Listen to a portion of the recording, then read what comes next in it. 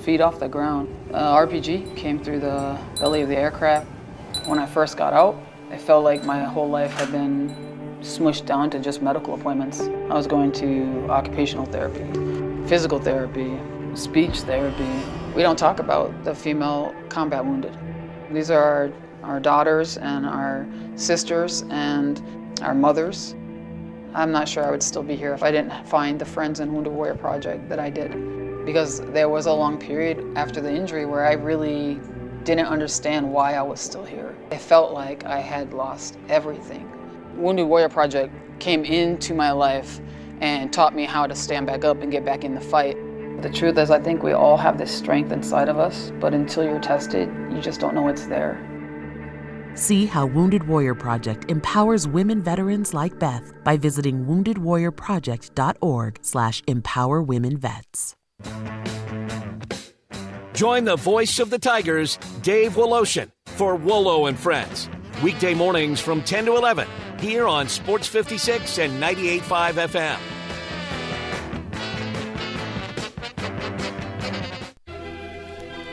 We are Sports 56, WHBQ Memphis, and W253DF Memphis. Flynn Broadcasting Stations. Oh, yeah. It's time to get up and get your day started. Morant. Oh! A jawbreaker! It's Sports 56 Mornings with Greg Gaston and Eli Savoy on Sports 56 and 98.5 FM. The first hour of Sports 56 Mornings is brought to you by East Memphis Ace Hardware at the corner of White Station and Quince. Now, here are your hosts, Greg and Eli. They get up every morning from the long clocks, warning, take the 8:15 into the city.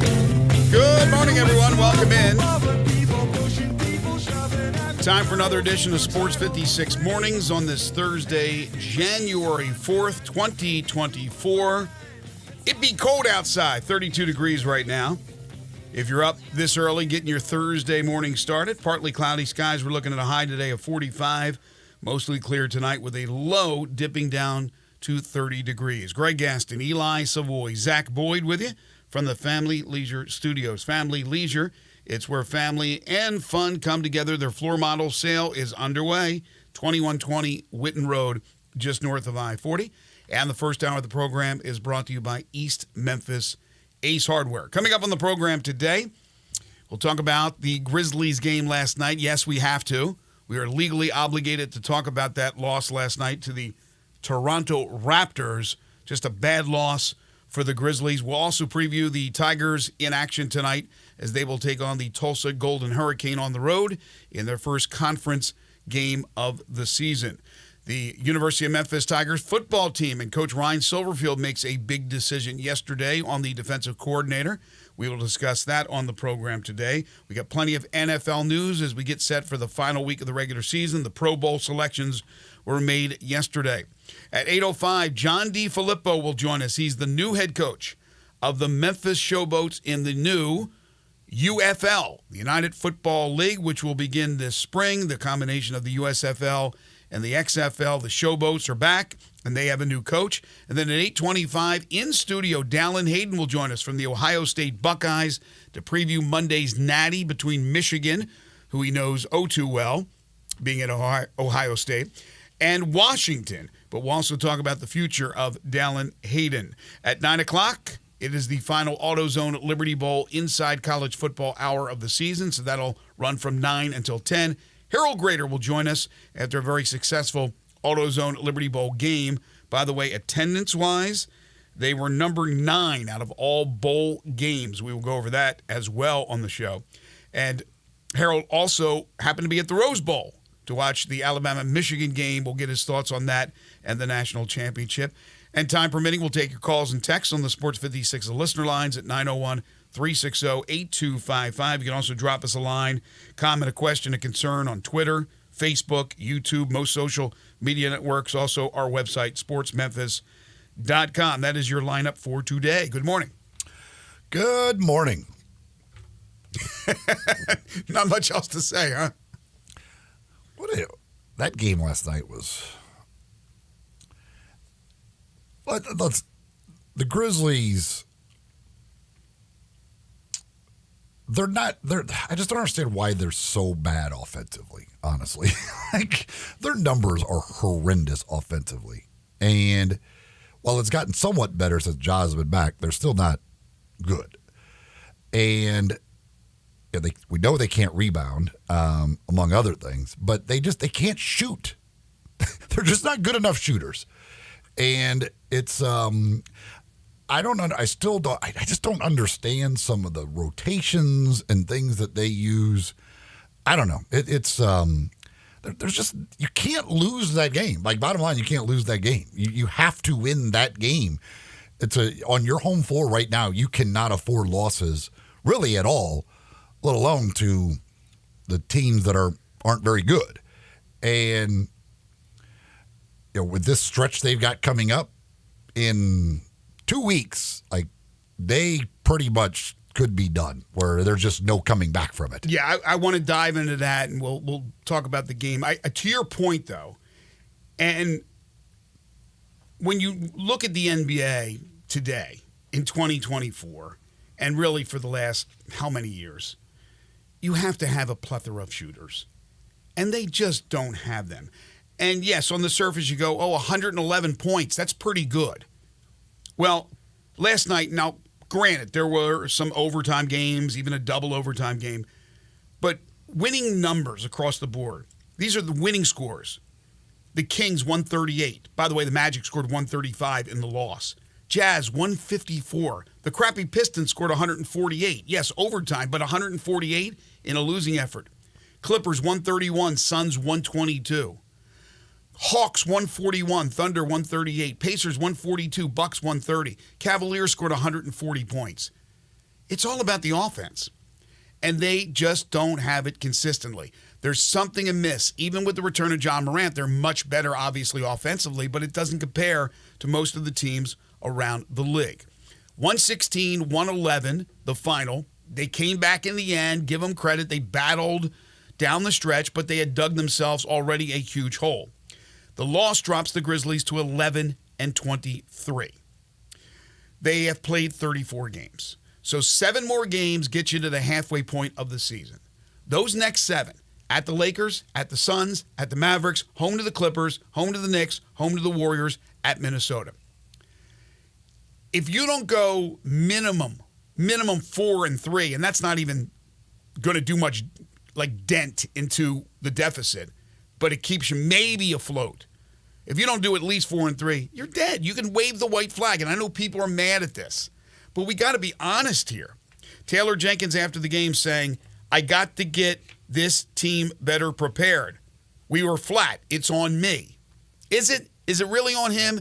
Desmond Bane after the game said, it's on us. We're men. We're grown men. It's on us. Really, it's on everyone. It's on the coaching staff. It's on the players. Toronto is a team that is having a spring clearance sale. They made a big trade. Yeah, they got some players in return, but they traded Anunoby, and they're looking to trade Pascal Siakam.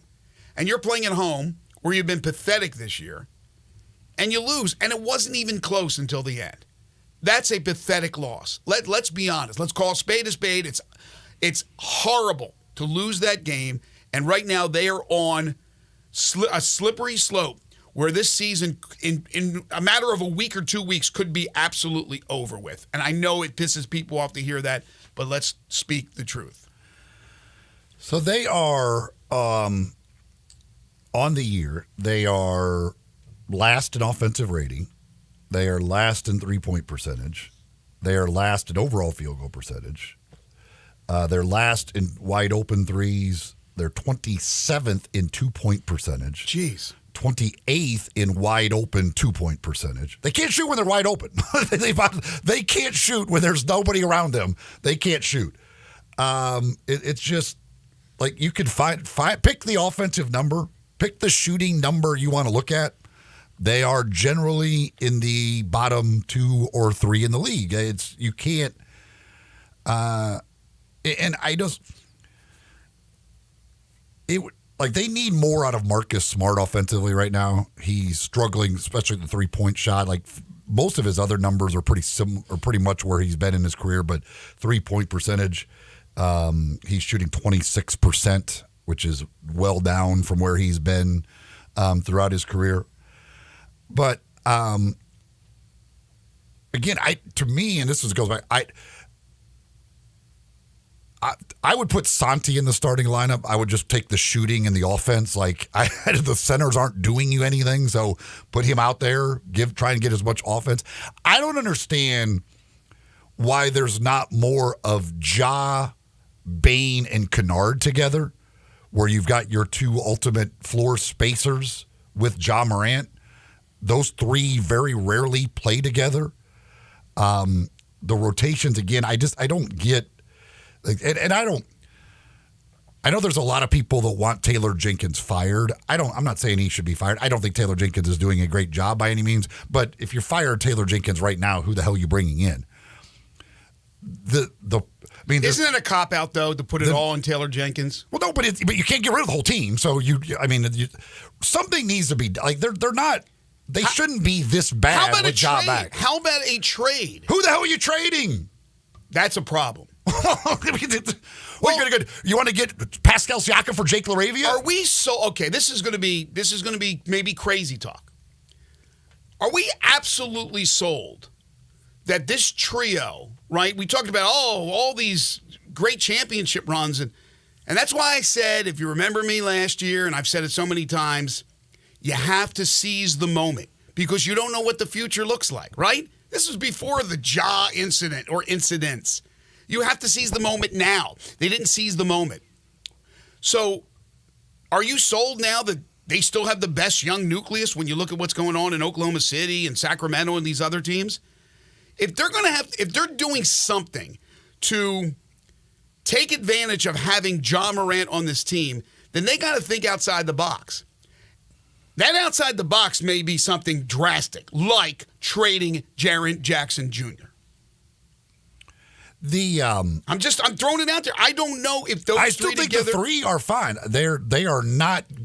But what else can you get? Like you said, Smart not giving them the shooting there. But again, so maybe it's why not put Kennard in the starting lineup and bring Smart off the bench as your backup point guard? But then you have no shooting coming off the bench unless Zaire, who is obviously more cold than hot, last night actually played well and hit 4 of 7 from 3. The fact they took 42 threes, and I know they were behind, but this is not a good three-point shooting team. Why are they shooting 42 threes? Because that's what their offense is. That's Toronto took 26. That's this redesigned offense. That's what they're doing. They're shooting a bunch of threes. That's the whole thing. I mean, this new offense has been a train wreck. It doesn't. Again, all of the numbers indicate this new offense does not work. You're worse than 3-point percentage. You're worse than overall field goal percentage. You're like everything about it is bad. You're last in offensive rating.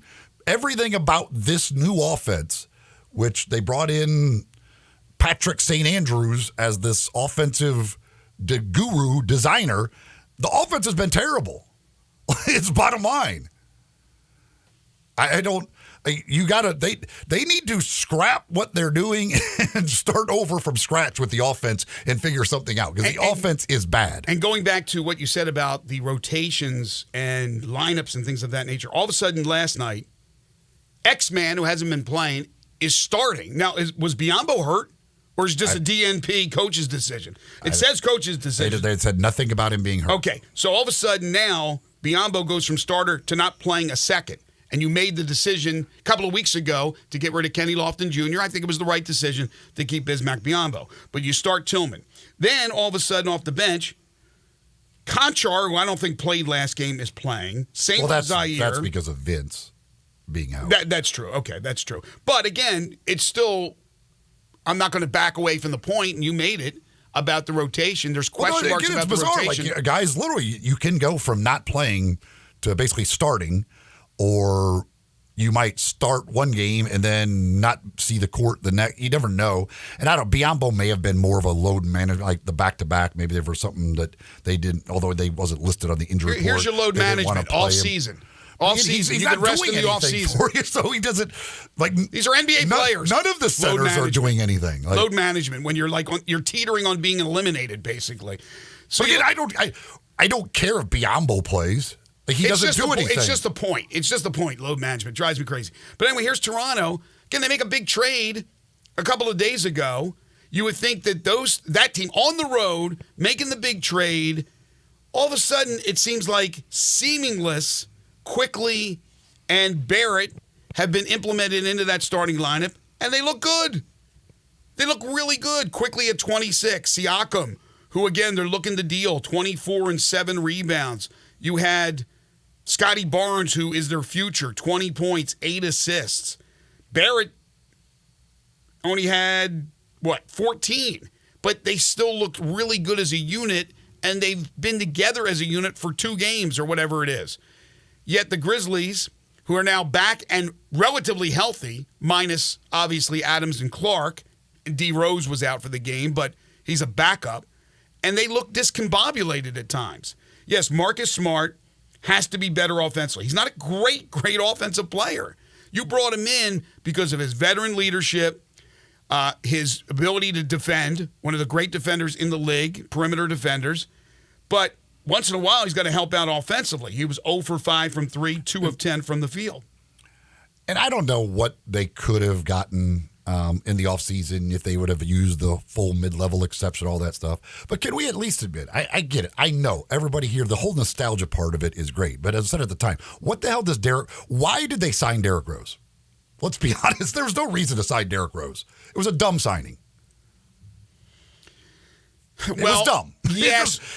We knew after 25 games, beyond the injuries, we knew after 25 games he probably wasn't going to be a part of it anyway. But I didn't understand it at the time. I don't understand it now. It was a dumb signing. There was better things they needed on this team. But you know why they brought him in? They brought him in for 2 reasons. They brought him in for Ja as, well, they made the trade with Marcus Smart because they figured Marcus Smart, not because he's there to be a mentor for Ja. He was brought in because he's a hell of a player.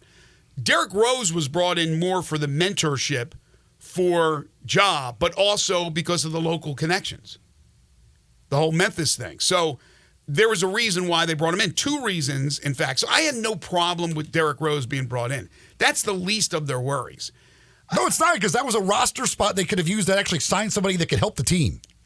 Yeah, but their decision-making here lately on players that can help the team has been off. Derrick Rose was a big part of that. Kleiman went from like the golden boy to missing on a lot of these decisions. I don't have to reiterate the LaRavia decision. Roddy looks like he's okay, but not great. Zaire had a good game last night, but he's the 10th pick overall. You want to see consistency, and you just don't get that out of him. But still, even the stars, I still don't understand why Jaren Jackson Jr. doesn't rebound the basketball better. I don't get it. He ends up with 4 rebounds in 36 minutes and 44 seconds. And you look around the rest of the lineup, Marcus Smart gets you 5 rebounds. John Morant got you 8 rebounds. Santi off the bench had 8 rebounds, but Santi's big. Jaren's a big dude, man. Get in there, fight, get some rebounds. Is it because they're worried about him fouling? How many years now in the league that we still got to worry about Jaren Jackson Jr. fouling people? Rob Fisher last night on the pregame show had the stat. This blew me away, and it held true last night. They are now 0-21 on the year where they are out-rebounded. Wow. As much as offensive rebounds and things should just you should just happen to get some because you're on the court and it happens, the ball bounces to you. So when they had the game with 1 offensive rebound out of 52 misses, it's incredible.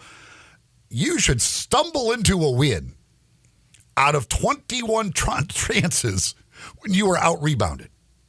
They're 11-2 when they out-rebound their opponent, 0-21 now when they are out-rebounded. That's crazy. Don't you think some of that falls on Jackson? A lot of it? Well, no, he has to be better rebounding. But he's not. I don't know. I don't understand why he doesn't get more rebounds. He is a freak athlete who's bigger than 95% of the people on the court that he's ever playing against. He should be able to rebound more. I know he's going for blocks a lot. It takes him out of position, stuff like that. That's not every single shot. There's a lot of shots that go up that he's down there. He should be a guy averaging, 8 rebounds a game to me pretty much minimum with the minutes that he plays. But it's just, like that game last night but you could also see, like, you got your former assistant coach on the other side. Like, when Xavier Tillman was on the court, like, they weren't even really guarding him. Like, that's one of your guys who, like, he knows, like, okay, like, we don't need to guard that guy. They treated Zaire very similar, and Zaire had the good night, but they were going to live with Zaire taking shots. Like, hey, Rajakovic knows, like, okay, these guys, let's pay attention to these guys. The other guys, we don't really need to worry. Like, Luke Kennard, they weren't going to let Luke Kennard get going. They, like, face guarded it. They wouldn't help off of him. They were just like, whoever had him, stay with him. Don't let him get, and he couldn't get a shot off. Like, he took one fast break three. He took a couple of others that he kind of rushed, but he couldn't make a three. Like, they knew, like, okay, these are the guys. He knows this personnel as well as any other head coach in the league, and you can tell by watching the way they guard him, like, who he understands can play and who can't. I've never understood the philosophy of this organization when it comes to drafting, like, dead-eye three-point shooters. Like, go out there and get a couple of those guys and surround your That's team. what they tried with Jake LaRavia. Well, LaRavia, to me, I mean, I said it from That's the get-go. That's the whole reason Jake LaRavia was drafted. They thought he could come in and shoot. They thought that's what we got as a shooter. The only thing he's bringing. They got a guy on Toronto that doesn't even play. That's a better shooter than LaRavia. Grady Dick is a dead-eye three-point shooter. I mean, there's teams like Miami. They got like 8 of those guys, or they at least did. You need to be more conscious of doing that. Memphis goes for the athlete. They're looking for the best all-around athlete they can find, like a Zaire Williams who had one injury-plagued season at Stanford. But they looked at the upside, the athleticism. It's not always about the best athlete. Man, if you can get those guys that just don't miss, they can make shots in their sleep, that just widens everything. It makes it a game that's much tougher to defend when you have guys out there on the perimeter. Thank God for Des Bane, one of the best picks in the last 10 years in the NBA. The guy is absolutely magnificent. Obviously, Ja fell into their laps, and luckily it was number 2, because if it was 1, it was Zion, and who knows, he's starting to play better, but it's been an injury-plagued career. So they got the benefit of the doubt. They did a really good job with those picks. And now, the last couple of years, the picks have been questionable. They've missed. You can't hit on all of them. I understand that. But they got to figure something out. And getting back to your point about what you have to offer teams, they have picks. Picks used to be a big thing. It used to be a really big thing. Now it's not so big anymore. So their assets are not that deep. People will come up with dream trade scenarios, and they're basically throwing the junk together of the Grizzlies and throwing it like, here, let's trade Conchar, LaRavia, and Zaire Williams for Pascal Siakam. I mean, crazy stuff like that. You have to have something to trade.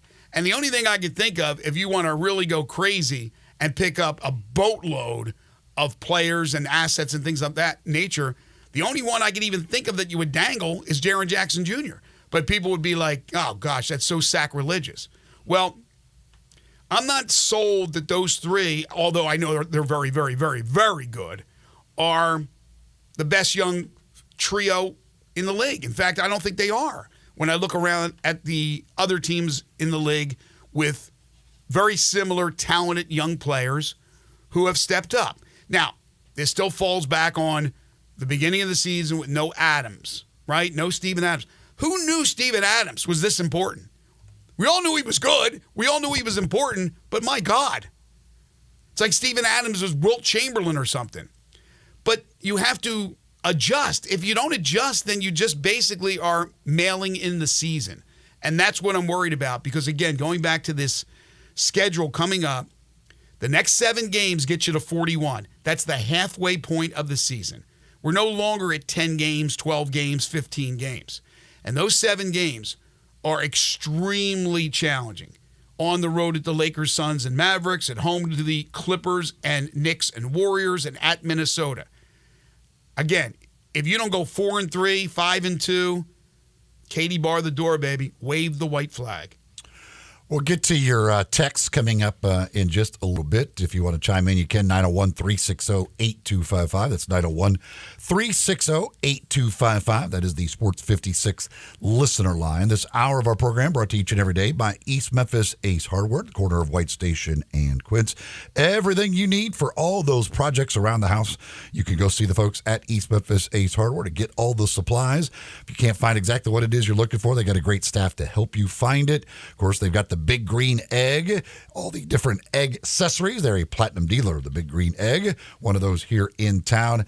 It's a life-changing grill when you get right down to it. It's the best grill there is, the last grill you'll ever need to buy, and they've got everything, all the different sizes and everything you need over at East Memphis Ace Hardware, in the corner of White Station and Quince. All right, as you said, we'll read those texts, but we also have news from the National Football League, Memphis Tigers football news, and basketball news from the college level as the Tigers are back in action tonight, beginning conference play in Tulsa. We'll talk about all those topics when we return. This is Sports 56 Mornings with Greg and Eli on Real Sports Talk, Sports 56 and 98.5 FM.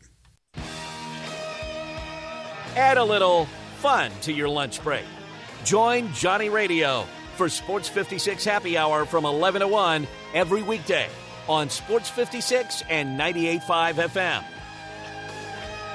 There's an institution in East Memphis that I love talking about. It's the Spirit Shop at 4848 Poplar Avenue, right down the street from Clark Tower, and it looks like a log cabin. It's been around Memphis since 1969 with a family-owned, friendly, knowledgeable sales staff that is just a wonderful place to go. I love going in and talking wine or bourbons, and they've got such great selection. So if you've not visited the Spirit Shop in a while, it's been remodeled. You'll love what you see when you need spirits. Tell Eddie Wollo said hello. Whether it's football, basketball, baseball, golf, or real estate, having the winning coach makes all the difference in your success. This is Sheldon Rosengarten with Mark Spensdorf Realtors, and I'm with Coach Terry Tippett, winner of 6 state basketball championships. Coach, what's been the secret to your and your team's successes? Sheldon, there's no one secret. It becomes a pattern of success after coaching for so many years and learning the ins and outs of the game and the players, a lot like the pattern of your success in selling homes. Thanks, Coach. Like you and your program, I developed my highly successful strategic marketing program with the Shellbucks option, and I also tried to use it in my golf game. Sheldon, tried is the optimum word. You better stick to selling homes, as you're always hitting holes in one at that, instead of double bogeys.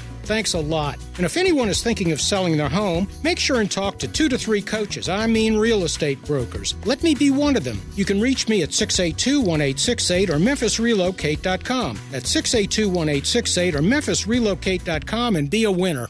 Texting enrolls you into reoccurring automated text messages. Consent not required to purchase. Message and data rates may apply. Hey, Dan, how you doing? Haven't seen you around the gym. Yeah, I've really fallen off. Since I turned 40, I just don't get the results I used to get. Could be lower testosterone. I went through it a while back. I got Nugenix Total T, and it's made a huge difference for me. I've seen that on TV. Is it for real? Oh, yeah. The patented key ingredient is something called Testofen, which helps boost free and total testosterone levels to help you trim up and stay lean. And it's made a difference for you? Man, I feel like I'm in my 20s again. At work, in the gym, and in the bedroom. Are they still giving out complimentary bottles for people to try it for themselves? Yeah, you just need to send them a text. Text JUDGE to 321-321 right now for your complimentary bottle of Nugenix Total T. Plus, text now and we'll include a bottle of Nugenix Thermo, our most powerful fat incinerator ever, to help you get back into shape fast. Absolutely free. Text JUDGE to 321-321. That's JUDGE to 321-321. Products and statements have not been evaluated by the FDA. These products are not intended to diagnose, treat, cure, or prevent any disease or illness. This holiday season, give the gift of Gould's with a Gould's gift card for someone you love. It's the perfect gift for everyone. The Gould's gift card doesn't just send wishes, it grants them in store and online. Just come to any Gould's and pick up a gift card or go to GouldSalonSpa.com to purchase online. That's GouldSalonSpa.com. Happy holidays from Gould's. Gould's Salon Spa, locally owned and operated since 1932. Sports 56 traffic. Good morning. Traffic volume on the increase right now, right on schedule. Some would say there on 40 westbound, coming in from Fayette County, passing 269, working their way all the way up to Abilene and Sycamore View Road. Now, they're still working that earlier rank, Fraser Boulevard, just east of Schoolfield Road. Hopefully, they'll have that out of there in just a few more minutes. Weimer's Jewelry, located 7525 Highway 64. They are your Valentine's Day headquarters. Go by and see them today and shop local at Weimer's Jewelry. I'm Commander Chuck with your on-time traffic.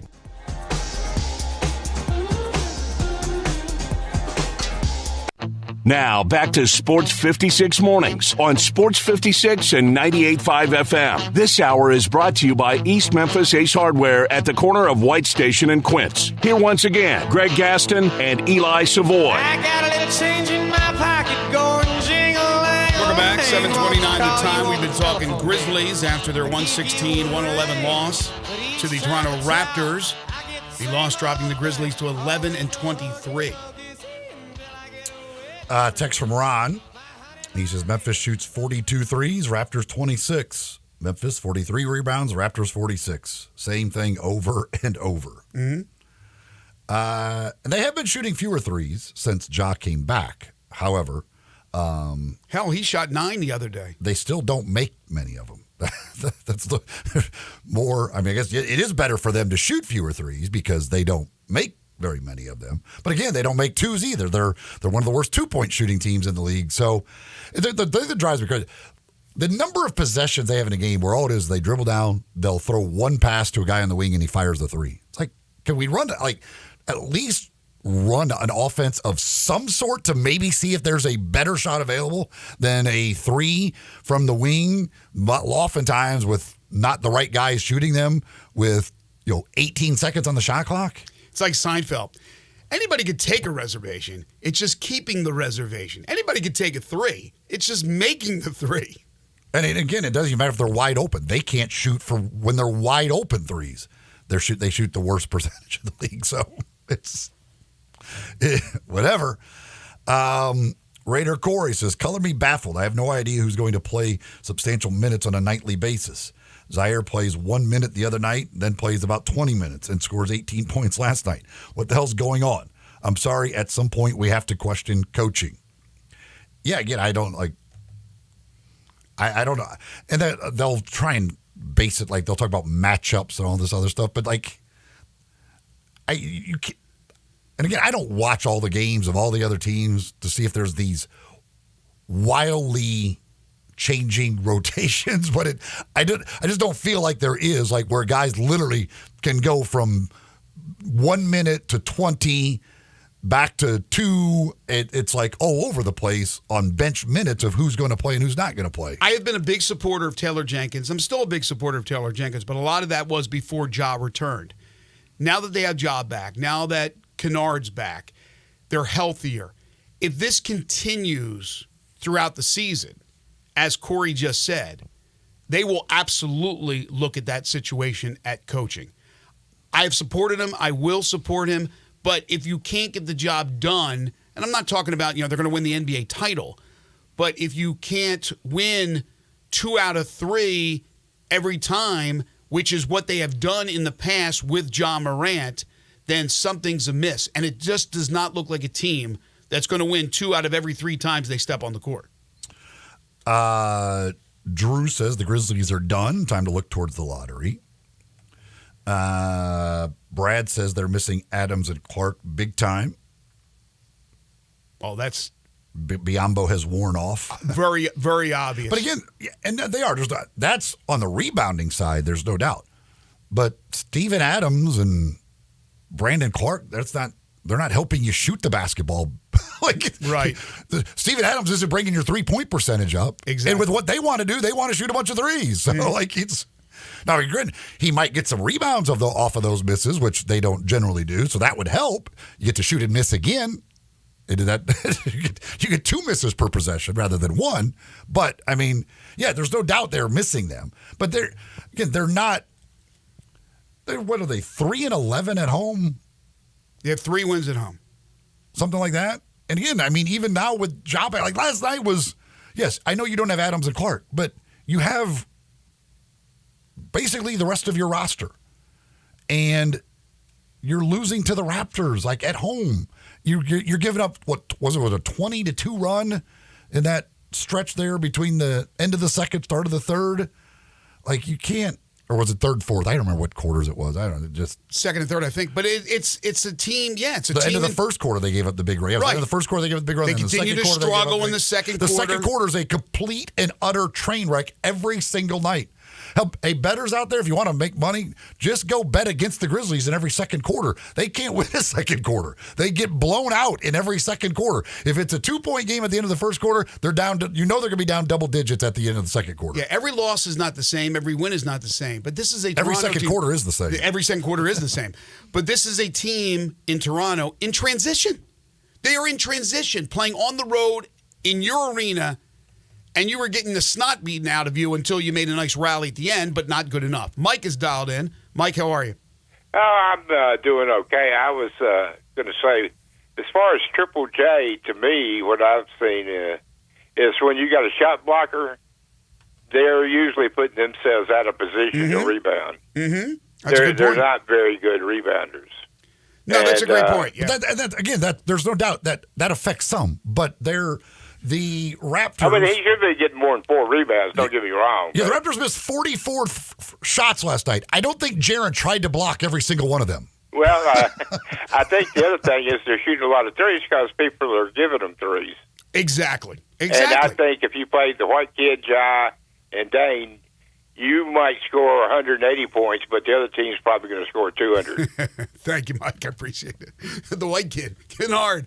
No, but his point is well taken about Jackson. If Jackson is trying to, and he's certainly not trying to block every shot, but if he's out there trying to block and he's out there on the perimeter guarding, he's out of position, and it was a comfort to have Steven Adams because Adams would be there in the paint to get the rebounds. You don't have Adams anymore. But when did Steven Adams become Wilt Chamberlain? It's crazy, the dependency on Steven Adams, that this team is just a completely different team, even now healthy-wise, relatively, without Clark or Adams, that they're not even close to what they can be with you when you look at the talent that they have to perform the way they're doing it. It's a crux just to say that it's all on Adams. It's all on Clark. Again, they went out, they got Biyombo, stopgap kind of center, defensive guy, and at times he's done okay. At other times he has not. Did not even play last night. Coach's decision. Tillman is a third-string center at best. That's what you have right now. So there's some people, I got a lot of texts last night, that are on management to make a move. But it goes back to your point in the first segment. What do you have to offer? It takes 2 to tango. What do you have to offer? Your scraps? Are teams taking your scraps when these guys are struggling for you? You have those first-round picks. You tried to go all in on Mikal Bridges last year with an offer, at least reported offer of 4 first-round picks. First-round picks used to be important. Now it doesn't seem like it is anymore. You used to be able to dangle those picks and be able to get what you want. Not the case. Yeah, it depends where those picks are going to be generally. Right. So the teams don't care about picks that are probably going to be in the 20s or late first round. Like that's just, they're going to be it's hard to draft down there. Like it's not easy to be able to find guys in those spots. Partially where the Grizzlies have had the trouble with a couple of guys, although they did with the 30th pick nail it with Bain and seem to have done all right with Santi Aldama as a 30th overall pick. But again, the reason they're taking a lot of threes because that's what they want to do. That is their offensive strategy. They want to take threes. But that's bad philosophy if you don't have the three-point shooters. When you're getting last in the league in three-point percentage, you probably have to recalibrate. But that's with this new offense with the 5 out, like that's what they want to do. It's the whole world of basketball now. Threes and layups. That's what teams want. Threes and layups. And so you spread the floor. You got plenty of shooters, theoretically, and then it also opens up the lane for guys like Ja to get to the rim. That's what the whole offensive system is. Well, there are things called adjustments. You can't continue to bang your head against the wall if it doesn't work. And again, I go back to this 7-game stretch coming up, which will get the Grizzlies to 41 games, the exact halfway point of the season. and we'll see where they are at that point. If they continue on this trend, they're done. It's over by the time those 7 games are done. Even though it's half the season, it's just too big of a hole if this continues. Well, when I was talking about it yesterday, we talked about it with DeMichael Cole. 4-3 was the minimum in those 7 games if they beat the Raptors. Right. Losing to the Raptors, again, my guess is the Lakers are struggling badly. If they lose to the Lakers Friday, they're probably going 2-5 at best. I mean, the Lakers are the most beatable. Maybe the Warriors because it's at home. But home's made no difference. Well, yeah, actually, that's actually bad. The home games are unwinnable. We know the home games are unwinnable. So you got the road games in there that you got to try and win. The Lakers is probably the most winnable game, and so if you lose Friday night, the Lakers, I don't know, you just don't know where it's headed. I know there's only so many things you can do contractually with players and things of that nature. I do understand that, but I hate to see any team, have to drop back and punt on a season. And they're not doing that. They're not wanting to do that, but it appears that they're going down that avenue unless there's something brewing, and I just don't see what it could be. All right.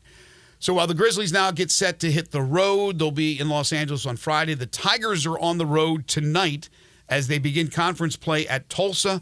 Memphis at 11-2, Tulsa at 9-3, 7 o'clock on ESPN+. Tigers an 8.5-point favorite. We don't know the status of David Jones, who we know missed Monday and Tuesday's practice because of illness. And then Caleb Mills, who also missed Monday and Tuesday's practice because of a hip injury. Not sure of their status for tonight's game against Tulsa. Tigers have not played well over the last couple of games. But bottom line is they still figured out ways to win over Vanderbilt and Austin Peay. And, yeah, this is a game, when you're playing Tulsa, wherever that game is played, home, road, Mars, whatever. You can't lose. If you want to do the things, it's a broken record. Every game, same thing. If you want to be able to do the things you want to be able to do and you think you are the team you are, Tulsa's a team you got to beat. Their offensive numbers are awful. They are a bad offensive team. That's a team that you should be able to lock down and go get a win. Yeah, unfortunately, the Tigers have played down to competition. They've also played up against better competition. So that's a good thing. But the playing down to competition is not. But as you said, as an 8.5-point favorite on the road, doesn't matter, should go in there and take care of business. Last night in the American, Tulane over Rice, 84-59. Elsewhere in college basketball last night, some teams that Memphis has played this year. Clemson, 16th ranked. Here we go again. Memphis beats a big team, a top 25 team, and then Clemson goes out and loses to Miami 95-82. Yeah, listen, I mean, I don't... It's like a broken record. Virginia losing to Notre Dame like they did. Yeah, I mean, all of these teams that you have beaten, like, because of the conferences they play in, they're gonna lose some games. Like, they're gonna mount some losses. Now, that doesn't mean that they're gonna also win some games. They'll pick up some big wins and all that stuff. It's just, it is what it is. But yeah, they're gonna lose some games, especially on the road. Yeah, Virginia bounced back from the Notre Dame loss, took out Louisville. It's a bad Louisville team, 77-53. Villanova, the only undefeated team remaining in the Big East, so that's good for Memphis, a team they lost to. 66-65 winner over Xavier, and another team that Memphis played and had to go overtime to beat them at VCU earlier this season. VCU loses at home to St. Bonaventure, 89-78. When we come back, Jordan Hankins is the new defensive coordinator for the University of Memphis Tigers. We will discuss that and got some NFL news, including Pro Bowl selections. Do want to tell you folks about the Crazy Coop, a great place for lunch or for dinner. You got an event coming up, you want it catered, the Crazy Coop can take care of you. Hot wings, and the best hot wings in town. Why are they so good? They're amazing 27 wing seasonings, 27 different seasonings, and you can go really hot if you like. The Crazy Sweet Lemon Pepper Hot, the Crazy Suicide. If you can't take the heat, like myself, get the 4-cheese roasted garlic or the barbecue bacon bourbon. Just some of the flavorings, some of the seasonings you can get on your hot wings at the Crazy Coop. That includes the whole wings, the party wings, the boneless wings, and they have those delicious, big, juicy chicken tenders. They are located in Bartlett at 7199 Highway 64 between Appling and Kirby Whitten. and the Crazy Coop Express at 1315 Ridgeway off Poplar. Stop by Monday night. You can watch the Natty on one of their big screens at the Crazy Coop in Bartlett. Bartlett has the full menu. So if you want to get something a little bit different, they got great catfish sandwiches, big juicy half-pound burgers, all the great sides like the fried okra, the green tomatoes, the fried dill pickles. They're open 7 days a week from 11 a.m. to 9 p.m. Check out their crazy packs. That's probably the way to go. You can call up and pick up. You can have DoorDash or any of the other delivery services. Bring that delicious food to your home or to your office. And again, they will cater your event. Just get in contact with them and find out more information about that. You can find them on Instagram and Facebook. You've tried the rest. Try the best now. The Crazy Coop, the best hot wings in town. 7199 Highway 64 between Appling and Kirby Whitten, and the Crazy Coop Express at 1315 Ridgeway off Poplar. You're tuned in to Sports 56 Mornings with Greg and Eli on Real Sports Talk, Sports 56 and 98.5 FM. You already know you can listen to Sports 56 anywhere with the Sports 56 app or at sports56whbq.com. But you can also watch us daily with live video of all of our shows on Twitter, Facebook, YouTube, and Twitch. Hi, folks. Bob Burkhammer, Sunrise Buick GMC truck. Going to start out the new year buying a newer used car and truck. Remember, the selection's better and the savings are bigger at Sunrise. Acres of new cars and trucks to choose from. A $5 million used car inventory of late model GM certified cars and trucks. And remember, Sunrise specializes in cars and trucks under $99.95. Don't forget, Sunrise has a financing plan for everybody and specializes in secondary financing. The #1 volume Buick and GMC dealer in the Mid-South. Sunrise, where saving you money is just the way of doing business, partner. Covington Pike, Wolf Chase, and Collierville. It's a new year, and Family Leisure has a new way to bring family and fun together. All you have to do is walk into Family Leisure and look around. All those floor model patio sets you see, those have got to go. So Family Leisure can make room for all the new sets coming. Get a wicker sofa set for under $2,000. Pool tables under $1,500. Theater seating for under $2,000. Hot tubs for $4,000 or just for yourself. If you really want to lounge, they're under $5,000. Need patio cushions? Get them as low as $25. Oh, have you seen those infrared steam saunas? Well, now they and the traditional saunas are 25% off. It may just be the first few weeks of 2024, but that doesn't mean you can't start getting ready for summer. Two final things. Purchase your above-ground pool now and get first in line for installation, and take advantage of special financing that's available. Family Leisure, Whitten Road and I-40, bringing the family and the fun back together. If you like where Mercedes-Benz has been, you're going to love where they're going. A full range of EVs now available at your local dealer. Mercedes-Benz is turning electric completely on its head. Experience the all-electric EQB, a versatile luxury SUV that can seat as many as 7. The brilliantly advanced and superbly equipped EQE SUV, positively alive with groundbreaking technology. The inspired EQE, the electric sedan with energizing comfort features that recharge you. The boundlessly capable EQS SUV, a vehicle that takes luxury and innovation to places they've never been before. And of course, the magnificent EQS, the flagship of all EVs, delivering the Mercedes electric experience on a truly epic scale. The vehicles are all electric. The feeling's all Mercedes. The choice is all yours. Test drive a Mercedes-Benz electric model today at your local dealer or learn more at MBUSA.com.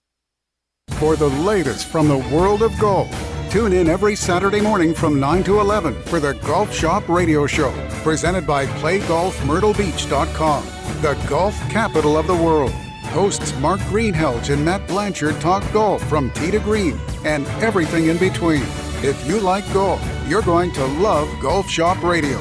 Before you tee up, drop on in. Welcome to the Golf Shop here on Sports 56, Real Sports Talk. Now back to Sports 56 Mornings on Sports 56 and 98.5 FM. This hour is brought to you by East Memphis Ace Hardware at the corner of White Station and Quince. Here once again are Greg Gaston and Eli Savoy. Well, I can't say I'm surprised. I wasn't, in my mind, 100% sure that Ryan Silverfield would go in this direction. But if you missed the news from yesterday, he has promoted Jordan Hankins to the defensive coordinator position. He was the interim DC for the AutoZone Liberty Bowl game, and what an adjustment they made just 9 days out before the game. They went and overhauled the defense, and they went in with a mindset to stop the Iowa State rushing attack, and boy, did they ever. No yards rushing for Iowa State. So Jordan Hankins, who will be in his 4th year at the University of Memphis this upcoming 24 season, moves into that DC position from linebackers coach and assistant special teams coordinator. In the meantime, a couple of other moves were made with the coaching staff. Charles Clark is now the deputy head coach and defensive backs coach. Jeff Myers, who's the offensive line coach, also picks up running game coordinator responsibilities. But I wasn't 100% sure because obviously the defense struggled this year under Matt Barnes, who moved on to Mississippi State, that maybe they go outside the family. But it's understandable. A well-liked coach, certainly by the players. Did a great job in the AutoZone Liberty Bowl game. So, again, no surprise for the most part that Jordan Hankins is elevated. Yeah, if you look at the bowl game as an audition, it was a pretty good audition. It was indeed. So it's not a real surprise that they would decide to after that audition go with that move. And he's done a great job in coaching up linebackers, including the likes of J.J. Russell, who was terrific in 2021. He was a first-team All-American Conference performer this year with the final year for Jeffrey Canton-Arku. But Chandler Martin, who made first-team All-AAC honors, he was a pickup in the portal, and he was tremendous, and they got him coming back. He was also tremendous in the actual AutoZone Liberty Bowl game itself. He was the defensive player of the game. So congratulations to Jordan Hankins. That move made pretty swiftly by head coach Ryan Silverfield. NFL, final week of the regular season coming up, and it's going to be interesting because there are still a lot of teams in play for the postseason. There's some huge matchups with the Bills and the Dolphins going mano-a-mano for the AFC East titles. We talked about yesterday, Dolphins are already in the playoffs. Buffalo, if they lose that game, could be out of the playoffs completely. So a lot at stake. But there is also some games where teams involved, whether it's one or the two teams involved in the game, really do not have much to play for. So you're going to get a lot of key players that will rest this weekend. The Ravens have announced Lamar Jackson will not play against Pittsburgh, and the Steelers are still alive to get into the postseason. The Browns are going to sit Joe Flacco versus the Bengals. Pat Mahomes will not play for the Chiefs versus the Chargers. No Matthew Stafford for the Rams against the 49ers. So we're going to see some really competitive games and other games where teams are resting players. Welcome to Week 18 of the NFL. That's why you don't use Week 18 in fantasy football. Exactly. Or you better be careful if you're betting. You might find some gems. Then again, you might get caught in a spider's web when it comes to picking a particular team, not realizing, they're going to sit some players. So yesterday, the Pro Bowl selections were announced. The Pro Bowl selections are picked by a combination of fan voting, player voting, and coaches and their voting. The 49ers landed the most Pro Bowl players with 9. The Ravens and your Cowboys were second with 7. 28 teams had at least one player selected. There were 4 teams that did not have any players selected to the Pro Bowl game: the Commanders, the Patriots, the Packers, and the Panthers. So the P's, the Pats, the Packers, the Panthers, and the Commanders. Now, players will be added. The teams that make the Super Bowl, those players will not play in the Pro Bowl game, and then there'll be other players that are opting out. They just don't feel like playing and participating in a tug-of-war or a chess match or Frisbee, ultimate Frisbee, whatever they do for the Pro Bowl game. Derrick Henry, the lone Tennessee Titan, as he's back in the Pro Bowl. I didn't think he had a Pro Bowl season, but Derrick Henry selected by the voters, and he's the only Tennessee Titan in this particular Pro Bowl.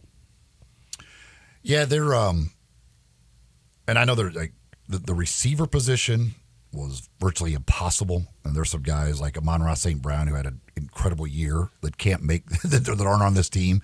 And again, they'll probably make it, but man, oh man, you start start looking at some of the positions, and it is trying to select those is brutal stuff. C.J. Stroud, people talked a lot about him, and certainly if he hadn't got hurt, I think he might have made it. But again, when you start looking at it, you're like, okay, who are you knocking off of that in order to create a spot for him? And is it Patrick Mahomes would probably be the guy that you would knock off the list. It's hard to beat out Patrick Mahomes. It's not like Patrick Mahomes had a terrible year. So it's Josh Allen certainly also had an argument on the FC, but the struggles early in the year with all the turnovers.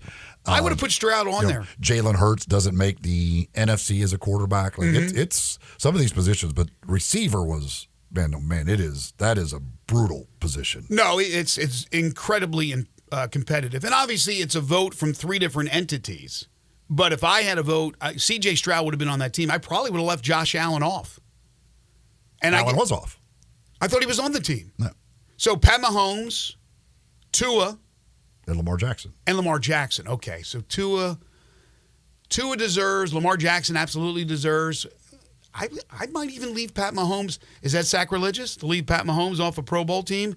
But yeah, I thought Josh Allen had been selected. I was like, really? They selected him? But Stroud had a Pro Bowl type season. Like I said, just like it is with the Major League Baseball All-Star Game, there's going to be a lot of players at it because players will not be able to participate in the game for whatever the reason is. And obviously the teams playing in the Super Bowl, none of their players will participate. So there you go. College football, highest attended bowl games. These are the announced crowds. The Rose Bowl, the granddaddy of them all, somebody once said, 96,371. They were number one. That's a whopping 25,000 more than number two on the list. The Peach Bowl with Ole Miss and Penn State, 71,230. Cotton Bowl was 3, Sugar Bowl 4, Orange Bowl 5, all the big bowls. Then you had the Texas Bowl. I forget who even played in that one. They were number 6. The Alamo Bowl was number 7. So these bowl games down in Texas. Number 8 was the Music City Bowl with 50,088. And number 9 was the AutoZone Liberty Bowl game at 48,789.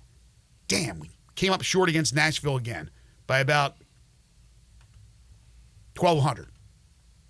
1,200. We'll talk to Harold Grader about the game, about the Rose Bowl, who he was out there. He attended that game between Michigan and Alabama. That'll be coming up in our third hour. But coming up in hour number 2, we got a couple of terrific guests for you. At 8:05, we will talk with the new head coach of the Memphis Showboats, John DeFilippo. DeFilippo, by the way, has a Super Bowl ring as the quarterbacks coach for the Philadelphia Eagles. Last year, he was the head coach of the New Orleans Breakers, and now with the Showboats. And then at 8:25 in studio, Ohio State running back Dallin Hayden will join us. This is Sports 56 Mornings with Greg and Eli on Real Sports Talk, Sports 56 and 98.5 FM.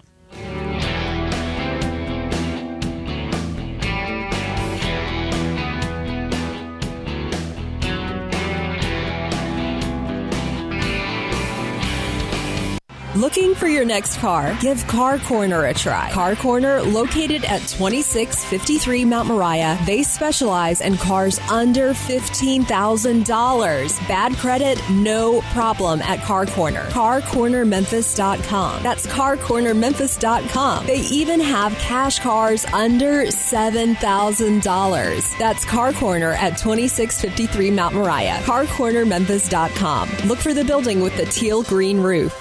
There have been times when all seemed dark, when it seemed night would last forever.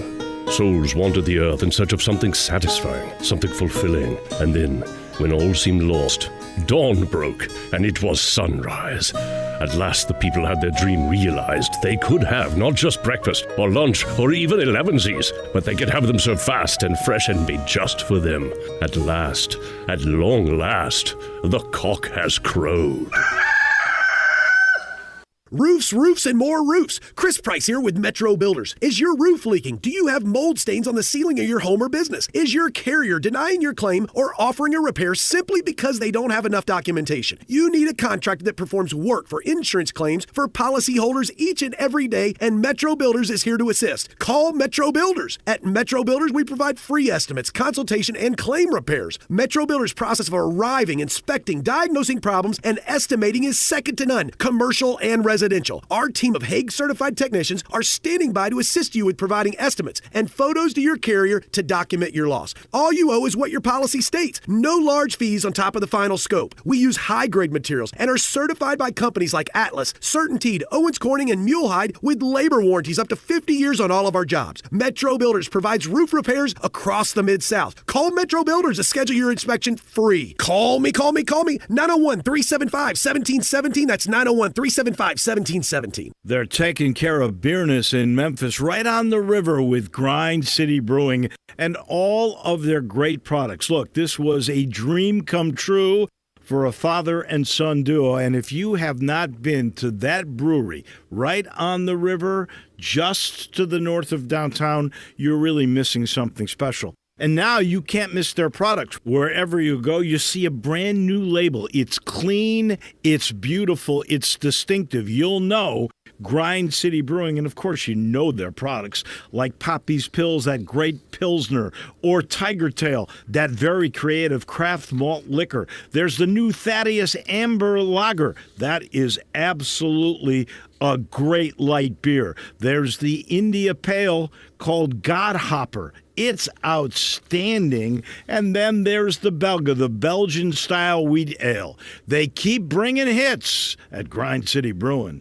Ole Miss Rebel Yell is back. The Rebel Yell Hotline Radio Show is back on WHBQ Sports 56 and 98.5 FM. Every Monday night at 6, hear the latest news on your Ole Miss Rebels with Yancey Porter with 24/7 Sports, former Ole Miss defensive tackle Mike Fitzsimmons, Gordon Ford covering SEC Sports Call, and former Ole Miss baseball announcer Gary Darby. From kickoff to free throw to extra innings, your Ole Miss Sports on the Rebel Yell Hotline Show right here Monday night at 6 on Sports 56, 560 AM and 98.5 FM. Your Mid-South Sports Station. Sports 56 traffic brought to you by Curfew. Enjoy the ultimate dining experience at Curfew. Thursday is Hotel Guest Appreciation Day. Canopy by Hilton guests get 10% off all food. Curfew American Tavern Craft Cocktails, your new destination. 164 Union Avenue, main floor of the Canopy Hotel. Sports 56 traffic. Good morning. A couple of accidents out here getting some attention. They've been very minor up to this point. It's starting to pick up with a little bit more volume over the last 15-20 minutes on Bill Morris Parkway 385 as you come in from Collierville all the way up to 240 up through South Haven right now. That looks positive on 55 going northbound as that traffic continues to build up from DeSoto County. Hey, 24/7 reliable crane and rigging services right here in Memphis. It's got to be Tomahawk Crane and Rigging online at tomahawkcrane.com. I'm Commander Chuck with your on-time traffic. We are Sports 56, WHBQ Memphis, and W253 DF Memphis, Flynn Broadcasting Stations.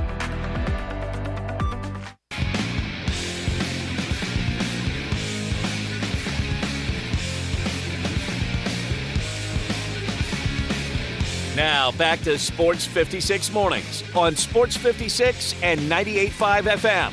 This hour is brought to you by James Gaddis Jewelers. To reveal the full spectrum of its dazzling color. Here once again, Greg Gaston and Eli Savoy.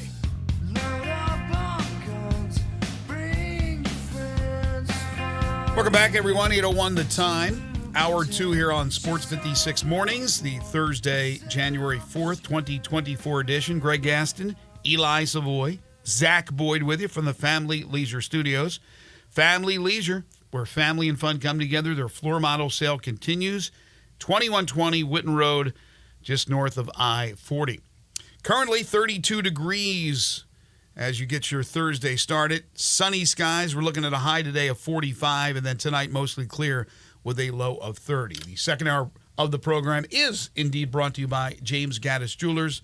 They are your family's jeweler at 4900 Poplar between Mendenhall and St. Nick, and on the web at GaddisJewelers.com. They've been around Memphis a long, long time. They've been in that East Memphis location that I've been talking about on Poplar Avenue for about 25 years.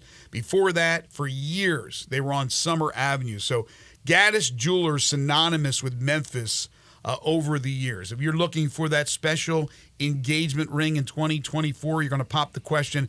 Make sure James Gaddis Jewelers is one of the jewelers that you check out. All their diamonds are independently graded and certified. They know there's a lot of competition, so James makes sure there's a price point to suit everyone's budget. James is a local guy, Christian Brothers High School graduate, and a Memphian through and through. If you're looking for a watch of all types, bracelets, necklaces, earrings, and pendants, you got Valentine's Day right around the corner. Think James Gaddis Jewelers, plus one-of-a-kind estate and vintage jewelry. And they have 2 repair experts to help you with your fine watches and jewelry. Just take it on in to James Gaddis Jewelers. Tell them you heard it here on Sports 56 Mornings. James Gaddis Jewelers, 4900 Poplar Avenue between Mendenhall and St. Nick, and on the web at gaddisjewelers.com. Well, the last couple of days, news has started to leak in on what's going on this spring with the Memphis Showboats. Would they be back? Would they not be back? Well, we found out, of course, that the rumors were true, that it was going to be a merger between the USFL and the XFL with 8 teams, one of those teams being your Memphis Showboats. So they are ready to get going again. There's also changes within the organization, a new general manager and a new head coach. And we are very pleased to be joined by the new head coach of the Memphis Showboats, John DeFilippo, who joins us here on the program, the former New Orleans Breakers head coach, offensive coordinator for many years in the NFL with the Browns, the Vikings, the Jaguars, and a Super Bowl champion as the quarterbacks coach with the Philadelphia Eagles. And Coach DeFilippo joins us now on the program. John, how are you? Thank you for joining us. Hey, good morning, guys. Thanks for having me. Thrilled to be here. So, obviously, a whirlwind here. Last year, you're down in New Orleans. You're coaching the Breakers. You don't know what's going to happen to the league. And here we go. You're in Memphis, and you're going to take over the Showboats. How excited are you? Yeah, I'm thrilled. And just be a part of this this merger. You know, it stinks for a lot of coaches and a lot of players that aren't a part of it. Mm-hmm. But at the same time, I think it's only going to make the league stronger. And I think spring football is here to stay now. And it's going to be a stable league with stable backing, and it's going to be great TV. And spring football is here. Last year with New Orleans, you had a successful year, went to the playoffs. You had the league's leading passer. You had the league's leading rusher. It was your first year of being a part of the spring league with the USFL. What was it like to be a part of that after so many years in the NFL? It was a change. That's what I was looking for at this point in my career. I feel like I'm an old man now, and coaching years 45 years old. But I'm still relatively young. But it was totally different for me, and I wanted that challenge because in the NFL you have OTAs to get to know the players. When I say OTAs, you have practice in the spring. Okay, you have mini camps. You have those things before the training camp starts. And the first time I ever saw our team was the day I walked in for the first day of training camp. And so that was a fun piece to try to, puzzle together what everyone does well and put them in good spots to succeed. And, more times than not, we did a good job of that last season. We're all football guys, and I thought last year, even with the 2 different leagues, I thought for the most part it was good football. But you're absolutely right, John. When you combine the best of both and limit it to 8 teams, the competition for roster spots is going to be there. The quality is going to go up everywhere, all across the board. It's going to be quality football. That's right, 100%. And you'd be shocked. I mean, I have 1,100 emails right now in my inbox. Okay, from agents and players and coaches that want to be a part of this thing. And I'm trying to get back to everybody. So if anybody's listening, I haven't gotten back to. I'm trying. I'll get to it eventually. So it's just a really exciting time that so many people want to be a part of this thing and get it going. And there's no better place to do it than in a football crazed state like Tennessee and a football crazed city like Memphis. With the spring league, and you mentioned it's different because of when you finally get to your players, but for being an offensive guy, designing an offense, is it still a lot of the stuff you did in the NFL, or did you have to change things for the spring football? No, it's a lot of the same concepts. And for your listeners out there, a lot of the players that we have on our teams have been in the NFL before, mm-hmm. whether it be they were drafted or they were, a college free agent or signed as a free agent, or maybe a guy lasted 2 or 3 years in the league and is trying to get back in the NFL by getting some good tape out there. So a lot of these guys understand the volume of what a professional offense or defense or special teams, looks like, and they understand the commitment and they understand the time that it takes. And, it's a great way for a young man to challenge himself because it's not like he has the playbook starting in now. I mean, we're still piecing that together. And, when you put it together an offense in these type of leagues, you got to have a broad enough offense to where really you do what your quarterback does well. And then that's where the whole thing starts. And then you build from there with what everyone else does well. So, because you got to do what the quarterback does good. I'm sure that all the answers to all the questions have not been put forward yet. Those things are still kind of trickling in as to all the details of what will be happening with this new league. Not only for us, the public, but also for you. But maybe you have an answer to this. How does it work now with the Showboats being one of the returning teams, obviously having a roster from last year, and then you have these other teams that have folded, for a lack of better terms, and all those players available, plus other players that would be available that have wrapped up college or maybe they're no longer in the NFL. So how is it going to all come together, John, as far as a roster is concerned for the Showboats? That's a great question. It's a process. We have a couple drafts coming up that, the details are still being ironed out of, players that have been in the USFL, players that have been in the XFL. So we have a couple drafts here coming up. So right now for us, the free agency period is dead. Mm-hmm. And so we're just getting ready for these drafts and to put our rosters together. But like I've been telling all of our players that have been reaching out to me in those things, it's going to be a process all the way up until when we report. So it's going to have to take some patience by the players and the agents because it's literally very fluid until we hit the grass running. How excited are you to actually have a home stadium this year, where last year you're the New Orleans Breakers, but playing in Birmingham? It's going to be great, especially in a city like Memphis. Like I said, it's going to be great. And I will say this, though, our team takes an approach of any place, anytime, anywhere. We don't care when we play. We don't care where we play. We're going to show up. The Memphis Showboats are going to show up and play an exciting brand of football. We're going to fly to the football. We're not going to do everything right all the time. We're going to do everything full speed and run to the football. Good things happen when you're around the football, and that's how we're going to play. But it's going to be awesome to be able to call, Simmons Bank Liberty Stadium home, and we're thrilled about that. For those who don't or are not familiar with your work, and obviously if you're an NFL fan, you know John's work, being an offensive coordinator with 3 different NFL franchises, being the quarterback's coach on a Super Bowl winning team. How would you describe your offensive philosophy? We like to throw the football, okay? And all the analytics and all those things will tell you that you throw the football to get explosive plays and win games. And then you run it more towards the end of the game to win the game. Mm-hmm. We want to come out, fast. We want to come out flying. Doesn't mean we don't believe in running the football. That's not what I'm saying. But we want to create explosive plays in the pass game and in the run game. And that's, to me, that's how you win football games, is you jump up on a lead and then you force the other team to have a little bit, pressure on them, and then you try to run the football down their throat to seal the game. And so that's how we're going to try to play, and hopefully it'll be an exciting brand of football for all of our fans.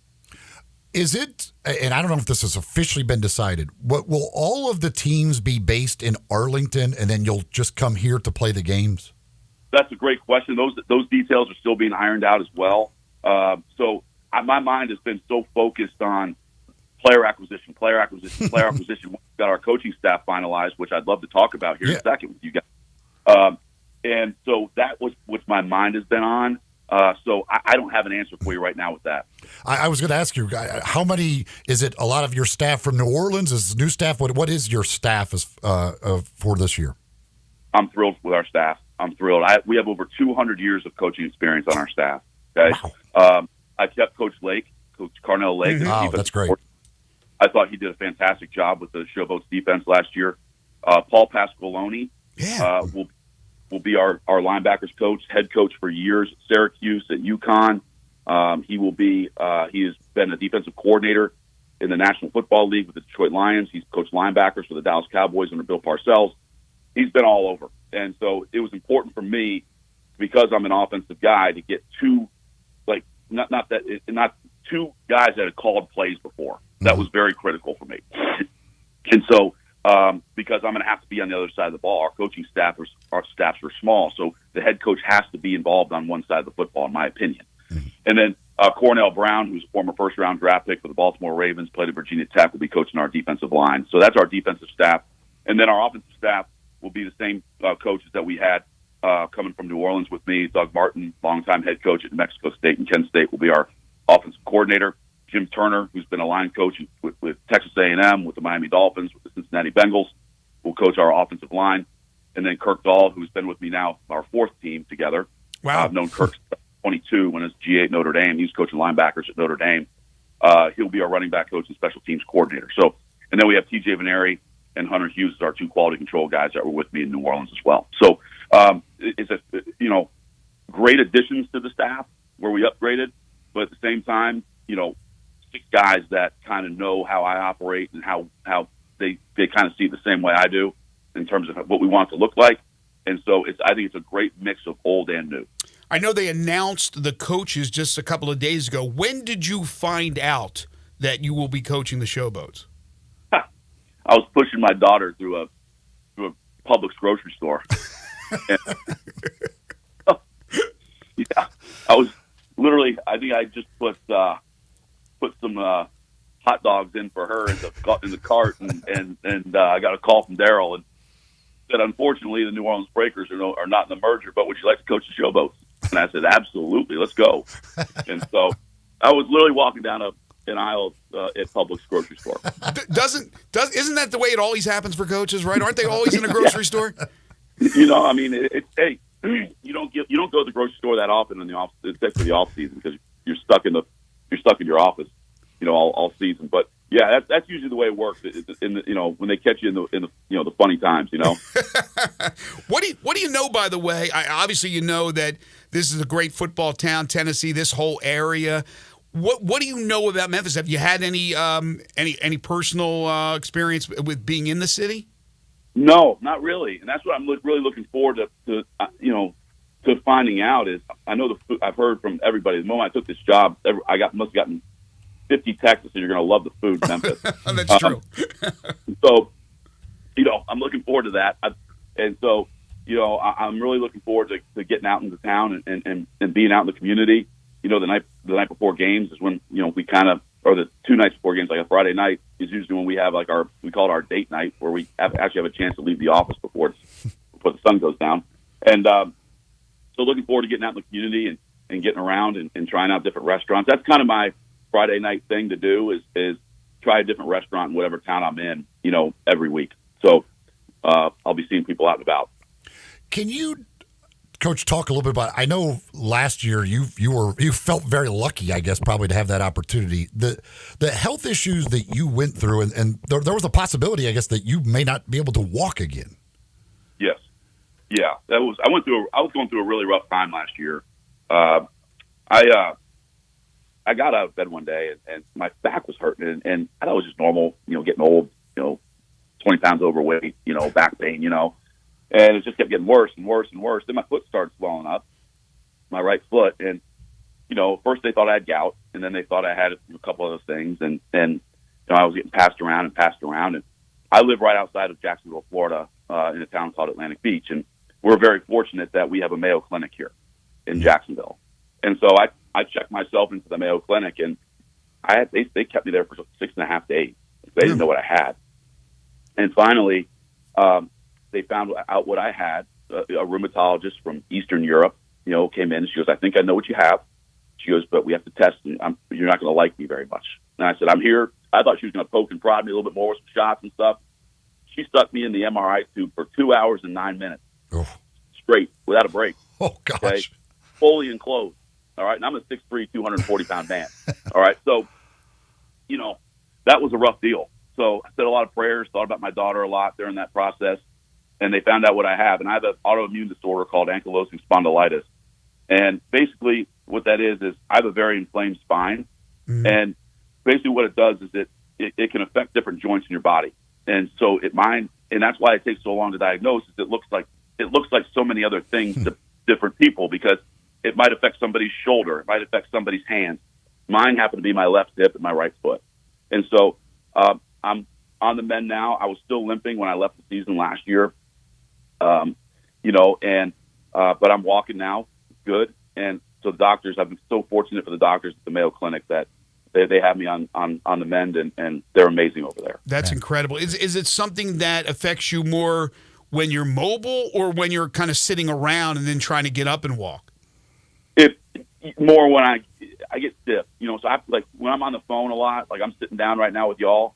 But like when I'm talking throughout the day to players and agents and coaches and stuff, I'm always walking around my office. Like I'm literally just doing circles in my office, just so my back's, I'll stand up a lot when I'm watching tape and stretch.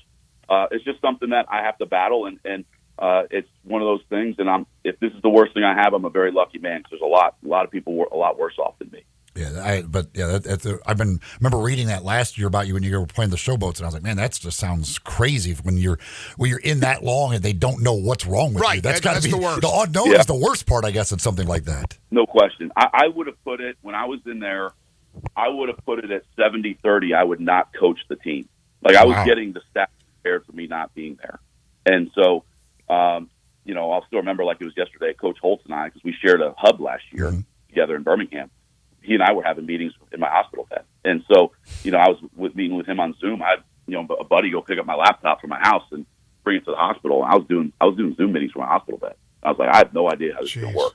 Wow. And, but we made it through, and it was, the players were great, and they helped me through this whole thing.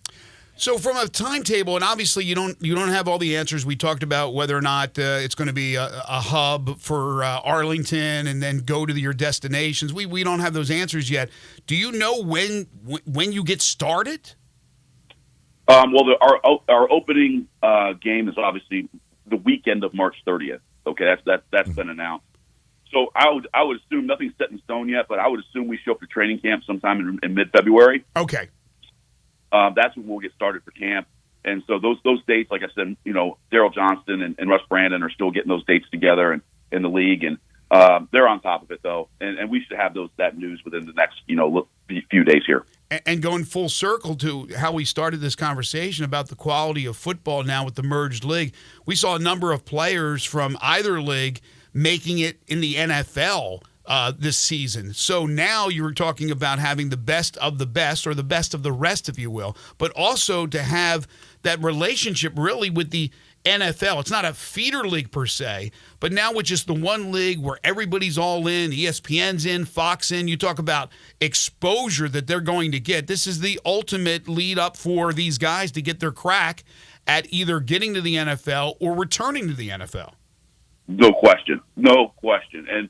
And there's great markets in this league, number one. Okay, so there's going to be great exposure with fans and those things.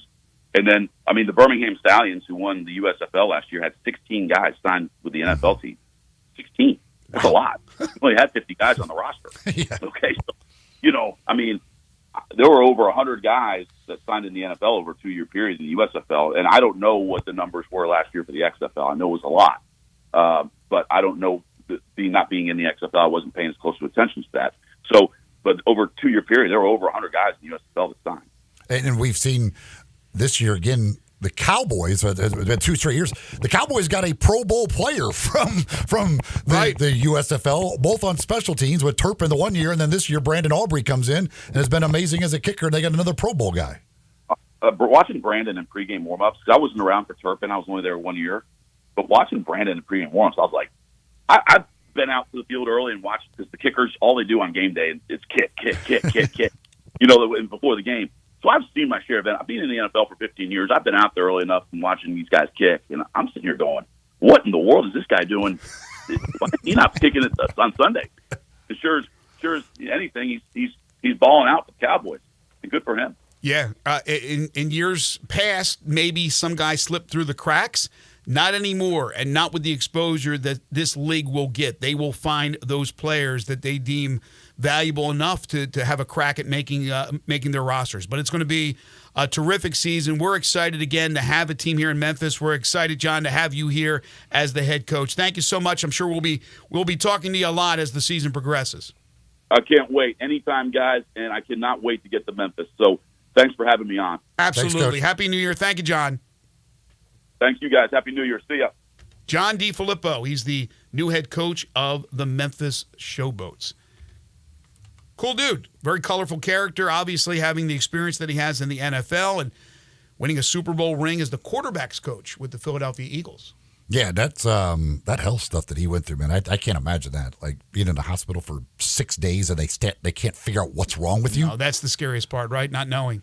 Like and then the idea that you may not walk again, like you don't know what's about to happen. Like that's weird stuff, man. The new year has arrived, and Dinstall's is busy replenishing all the candies to fill the stores with your favorite treats just in time for the basketball games, whether it be the NBA or college, the NFL playoffs, and the national championship in college football, which is Monday night. So make sure to stock up on all those delicious delectables for the big game. Also, don't forget to stop by Dinstall's downtown for a chocolate bar for your pocket before you go to the Orpheum, like I'll be at tonight, the Orpheum Theater.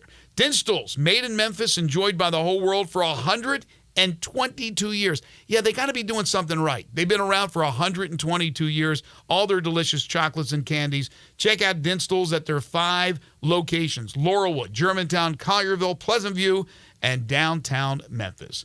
When we come back, we'll be joined in studio by Ohio State Buckeyes running back Dallin Hayden. This is Sports 56 Mornings with Greg and Eli on Real Sports Talk, Sports 56 and 98.5 FM. Join the voice of the Tigers, Dave Woloshin, for Wolo and Friends. Weekday mornings from 10 to 11 here on Sports 56 and 98.5 FM.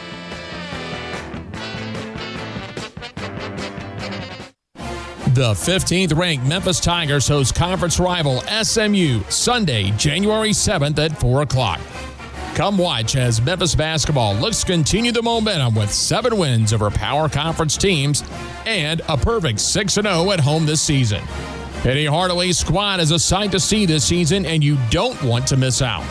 Tickets start at only $10. Purchase your tickets today at GoTigersGoTix.com. Jenkins Floors and More in Hernando is growing. This family business started up 5 years ago with just one pallet, and now they have hundreds. Tim, the owner, gets calls from people everywhere and can sometimes save them up to 50% on wood flooring, carpet, tile, and vinyl. Jenkins Floors and More helps with renovations, home building, and installation. Jenkins Floors and More, number 6 East Commerce Street in Hernando. Also in Little Rock and coming soon to Tennessee.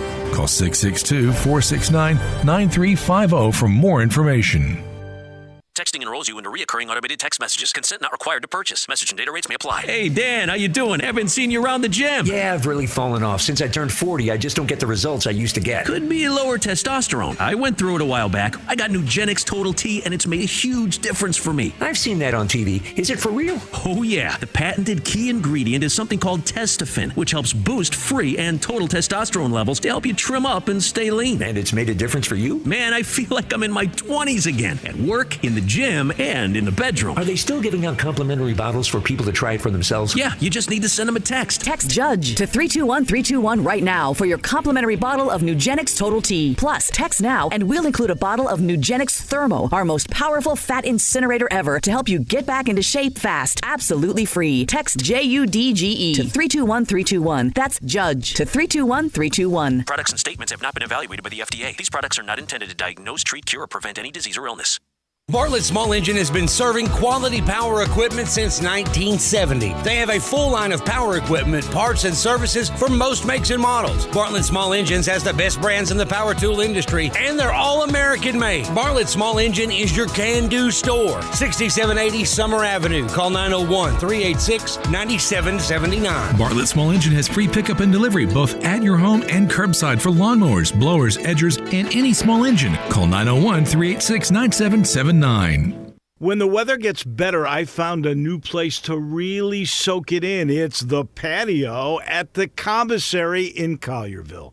We all love the delicious Memphis-style barbecues. You can begin your barbecue fest with some great appetizers like the cheese plate or the tamales or the barbecue nachos. Oh, those smoked chicken wings, they're terrific too. Then dig into the ribs or the barbecue shoulder. Get it chopped or pulled on a sandwich. A big sandwich, or you can get it on a plate. You've got choice, and and you've got choice in places. Don't forget the Germantown commissary as well. Comes with beans and slaw, deviled eggs they're famous for. And Brad, you can even order by the pound, a 6-pack or an 8-pack or even a 12-pack. The Boss Man salad, the chicken plate, the barbecue shrimp. There's something for everybody, and those great desserts. The best icebox lemon pie anywhere. Or my favorite, the banana pudding. Check out the patio, TVs for sports, and music on the weekends. You love the commissary. Sports 56 traffic brought to you by Curfew. Enjoy the ultimate dining experience at Curfew. Thursday is Hotel Guest Appreciation Day. Canopy by Hilton guests get 10% off all food. Curfew American Tavern Craft Cocktails, your new destination. 164 Union Avenue, main floor of the Canopy Hotel.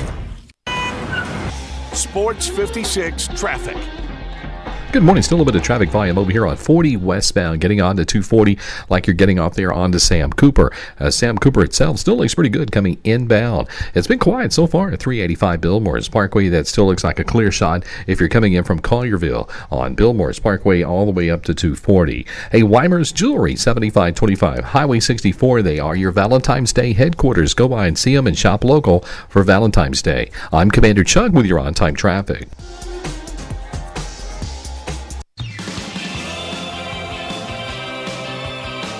Now, back to Sports 56 Mornings. Isn't it a lovely morning? On Sports 56 and 98.5 FM. This hour brought to you by James Gaddis Jewelers. Here once again, Greg Gaston and Eli Savoy.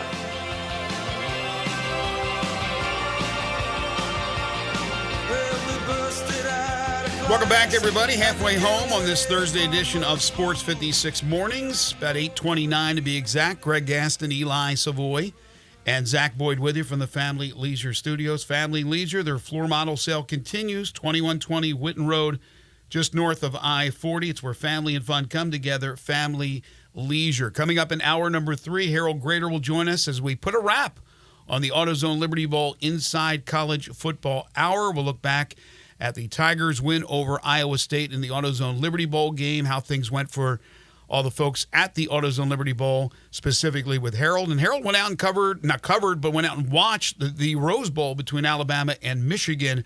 We'll get his thoughts on that as well. He went 1-1. He went 1-1 in his picks? No, in his games.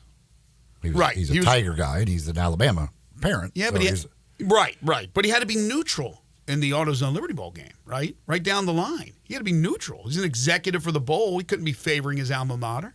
Whatever, but in the end, it's his alma mater. They won. In the end, 1-1, you're right, because his daughter, like my daughter, who attended Alabama, but Alabama falling. Dallin Hayden's going to join us in just a moment. He is running just a tad late. He will join us in studio, Ohio State Buckeyes running back, and we'll talk to Dallin about the matchup Monday night in the national championship game, Ohio State having played Michigan, having lost to their rivals, and Washington, of course.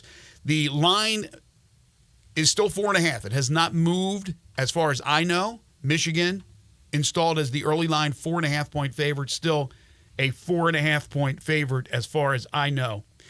Some other college football news. Alabama had 9 players enter the transfer portal on Wednesday, including their starting center, Seth McLaughlin, who had all types of problems with the snap.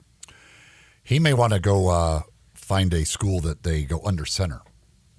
I don't know if there's any of those left, but he might want to find a school where they go under center a lot. It's interesting. I had a friend, he's probably listening, text me and said that Memphis should go after him.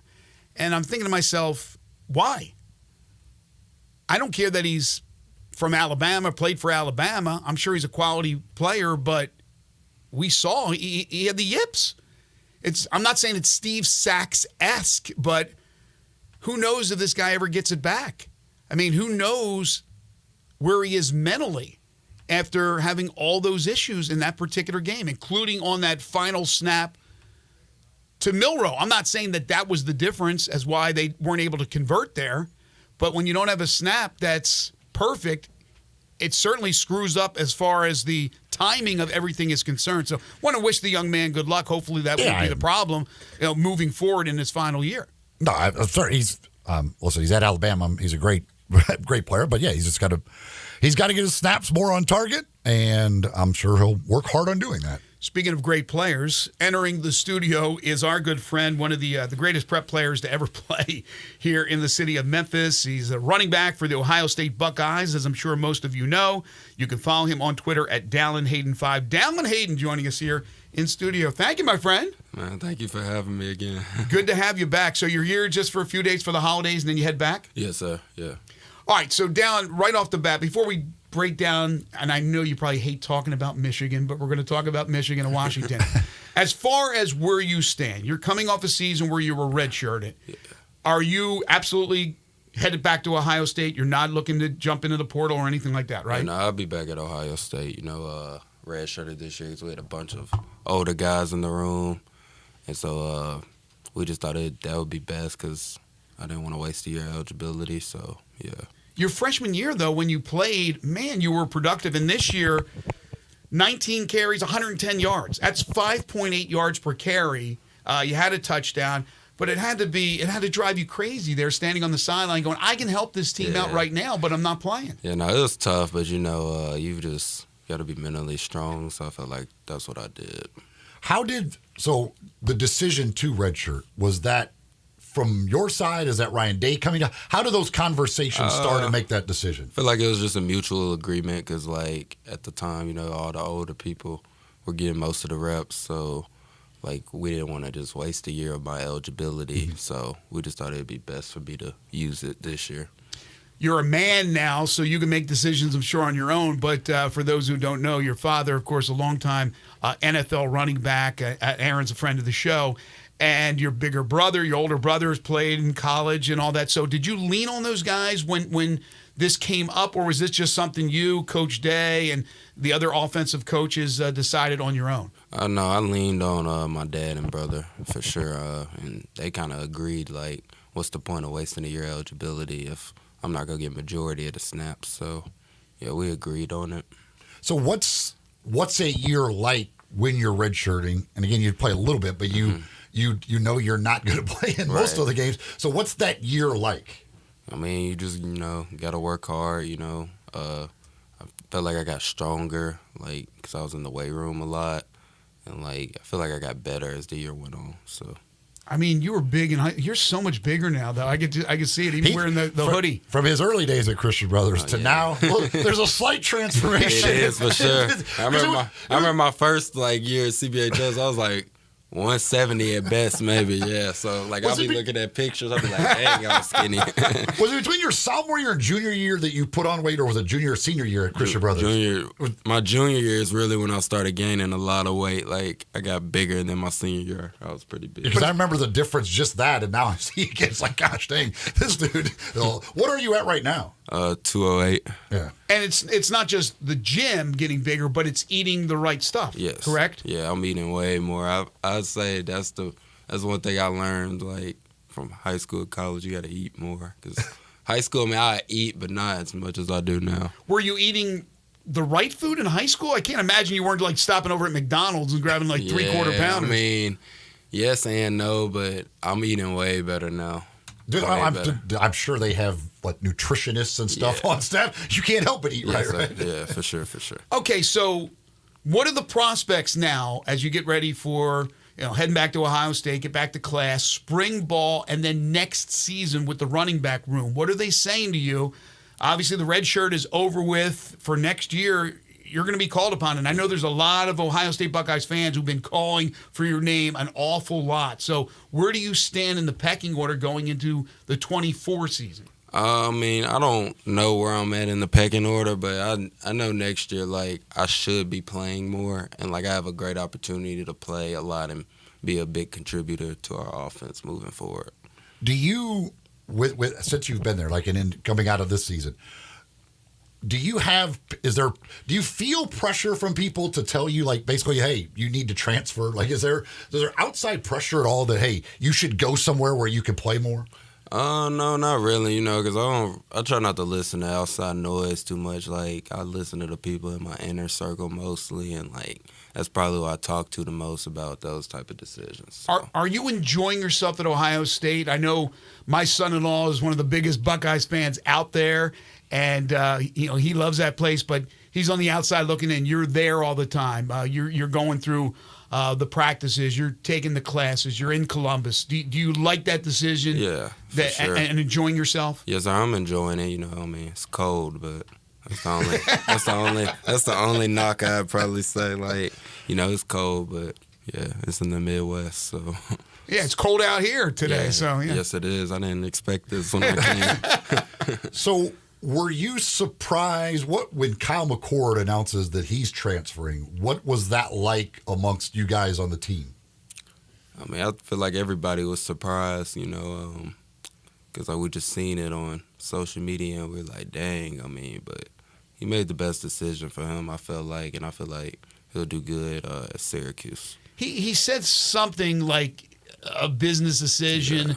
So was the word that he was going to lose his starting job? He's the starting quarterback for Ohio State, and that's what we were all shocked at, because you would think he's the incumbent. He has the best chance to win the job. Was the writing on the wall that he was going to lose his job? I mean, I have no idea. You hear things, but I mean, I never talked to Kyle about that situation, but I did see that podcast you were talking about. Right. So I felt like they both just made the best decision for them. So. And is that you just, in today's college football, like you just understand that, like, hey, there's a bunch of these teammates I'll lose in the offseason. They're going to leave, and but you just say that's their decision, right, and I'll leave that up to them. Right, yeah, no. I mean, everybody got to make the best decision for them when it comes down to, like, whether that's the NFL portal or whatever. And it's not just a decision on where to go, which place gives you the better chance to play, what gives you the better chance to start, but also the NIL is a big factor now.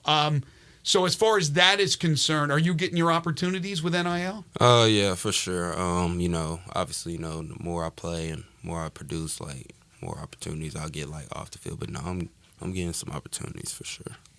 All right, so being around all the time, in practice, everything else, how good is Marvin Harrison Jr.? Best I've seen, easily.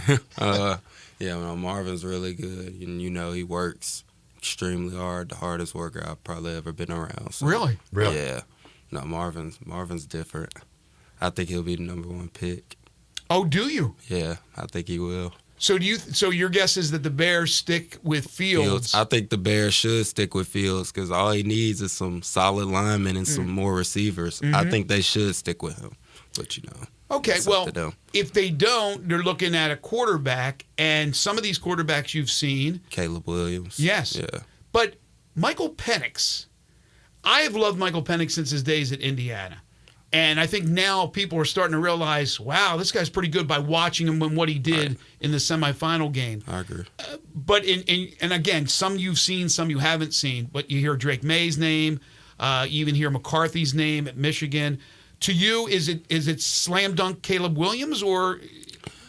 I'm gonna be real. Like, I watched Michael Penix. I mean, I've watched him, but I watched him closely. No, he's a really good talent. Like, I knew he was good at Indiana, but I feel like he just got way better when he got to Washington. Like, maybe it's because he had better talent, but no, Michael Penix he's a dude. So for this championship game, when you are an Ohio State Buckeye, are you you're not watching it all about Washington? Or do you just hope with everything that Washington wins the game because you can't possibly stomach Michigan being the national champion? Yeah, no, I'm definitely pulling for Washington. But Michigan's a good team. I feel like it'll be a good game, but I feel like Washington's defense is gonna have to step up, I think. What was the reaction with the football program, with your football program, to the whole scandal with Michigan? The sign stealing. I mean, how did you guys – I know how the fans felt. How did you guys feel as players? I mean, we just felt like, it's not fair. We felt like they cheated, because it was proven that they had that coach go steal signals from everyone. So, yeah, it was awful. So do you feel if they win this championship, it's tainted? It should have an asterisk next to it? I mean, they won't. I mean, I honestly do not know. I don't know because, yes and no, but, if they knew this was going on the whole time, why were they not in trouble? So, right. I don't know. Right. So when you guys played them this year, did you guys, completely change your signals and everything? Yeah. We did. And how much normally game to game would those signals change? I was like, how different is it to do what you did against Michigan this year versus what you would normally do week to week? Yeah, it's different. Obviously we all know the calls, but yeah, we just had to be that more locked in on the signals. What did Coach say about the whole thing? He wasn't proud of it at all. I'll just say that. I don't think anybody was, though, to be honest, at all. That whole thing was crazy. Yeah, it still doesn't lessen the blow, and you can speak to it firsthand as far as losing to Michigan, because it's all about that Ohio State-Michigan rivalry, one of the greatest rivalries in all of sports. So they've gotten the upper hand now here recently on you guys. That's important. Obviously, it's huge for you guys, huge for the fan base. I would think that's probably priority number one, winning the Natty next year, but making sure that you beat Michigan. Yeah, we gotta up it up. We gotta up our end of the stick on that. Yeah, they've gotten the best of us the last 3 years. So yeah. Are you excited about the fact that all these new teams are coming into the Big Ten? Yes, because SEC has always been like the best conference, but they probably will still be the best conference, but I feel like the Big Ten is going to be like right there with them next year. Like, it's going to be SEC and Big Ten, I feel like, representing most of that 12-team playoff next year. Yeah, I think it's a huge lift for the Big Ten, because all those teams have explosive offenses. They have the ability to put points on the board, which is not the case for one of your Big Ten brethren. I don't think I've ever seen anything like this. The Iowa Hawkeyes. I figured you knew I was going this direction. Yeah. In 2024, to have an offense that plays like it's in the 1960s and still win 10 games. Explain Iowa to me. They're kind of like a weird team to me. Like, they have really good defense. Their defense is always elite. Unless they're playing Ohio State, Michigan, Penn State, or somebody really good. Like, I just don't.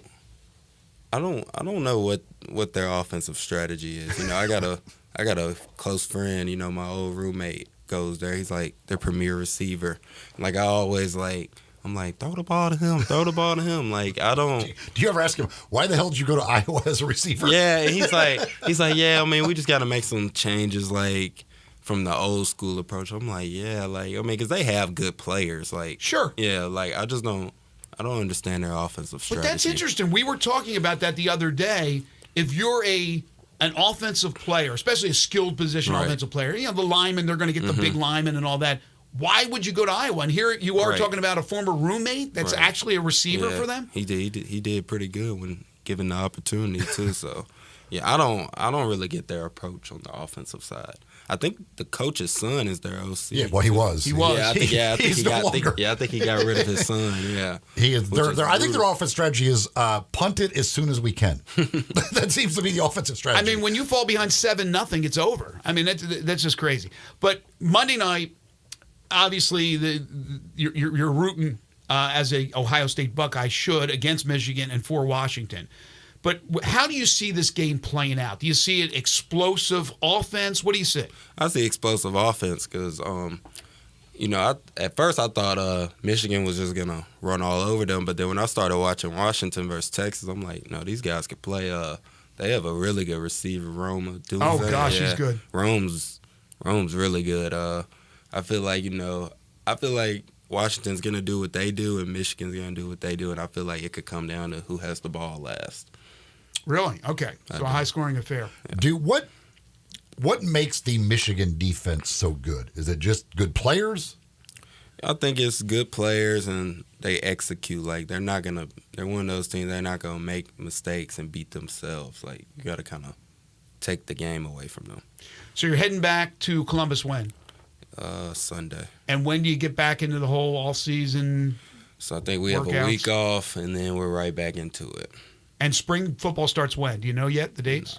No? Okay. Can you promise me not to take it out on my Maryland Terrapins next year when you're in there running the ball? Please? I'll try. Well, Dallin, thank you so much for joining us again. We always appreciate that. And best of luck to you. We're rooting for you. Can't wait to watch you getting the totes next year for Ohio State and leading the Buckeyes, hopefully, to a national championship. Yes, sir. Thank you for having me. That is Dallin Hayden from the Ohio State Buckeyes. You can follow him on Twitter at Dallin Hayden 5. We will take a quick timeout, come back, wrap up hour number 2. This is Sports 56 Mornings with Greg and Eli on Real Sports Talk. Sports 56, 98.5 FM. Broadcasting from the Family Leisure Studio, we are Sports 56 and 98.5 FM. Roofs, and more roofs. Chris Price here with Metro Builders. Is your roof leaking? Do you have mold stains on the ceiling of your home or business? Is your carrier denying your claim or offering a repair simply because they don't have enough documentation? You need a contractor that performs work for insurance claims for policyholders each and every day, and Metro Builders is here to assist. Call Metro Builders. At Metro Builders, we provide free estimates, consultation, and claim repairs. Metro Builders' process of arriving, inspecting, diagnosing problems, and estimating is second to none, commercial and residential. Our team of Hague-certified technicians are standing by to assist you with providing estimates and photos to your carrier to document your loss. All you owe is what your policy states. No large fees on top of the final scope. We use high-grade materials and are certified by companies like Atlas, CertainTeed, Owens Corning, and Mulehide with labor warranties up to 50 years on all of our jobs. Metro Builders provides roof repairs across the Mid-South. Call Metro Builders to schedule your inspection free. Call me. 901-375-1717. That's 901-375-1717.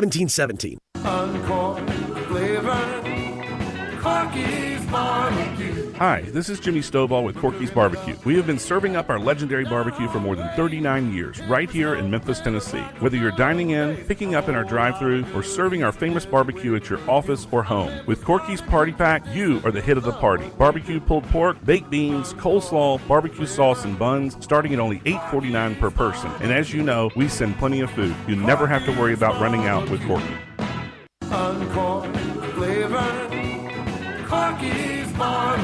Hi, this is Jimmy Stovall with Corky's Barbecue. We have been serving up our legendary barbecue for more than 39 years, right here in Memphis, Tennessee. Whether you're dining in, picking up in our drive-thru, or serving our famous barbecue at your office or home, with Corky's Party Pack, you are the hit of the party. Barbecue pulled pork, baked beans, coleslaw, barbecue sauce, and buns, starting at only $8.49 per person. And as you know, we send plenty of food. You never have to worry about running out with Corky.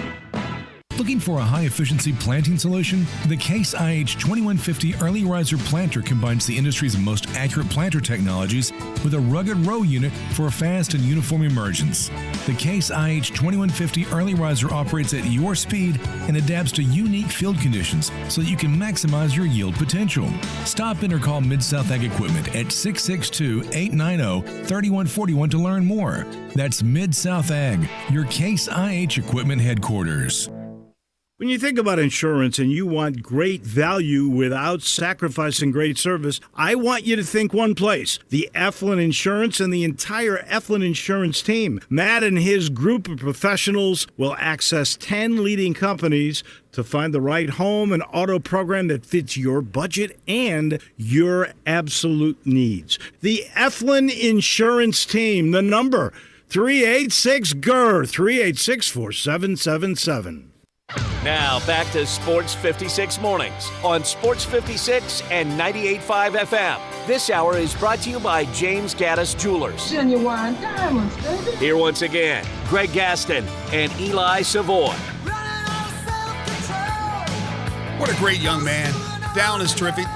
All the Haydens are. I mean, his mother and father just, man, they get it. They know how to bring up just gentlemen. And they are gentlemen in this world, and they are fierce competitors on the field. And we were just talking during the break, and Eli's been calling Christian Brothers games for, 20 years now? This was my 21st season this past season. And it's not even close, and he's the best player you've ever from Christian Brothers, right? Yeah, I mean, they've had some great players in that time, but, he was at the high school level.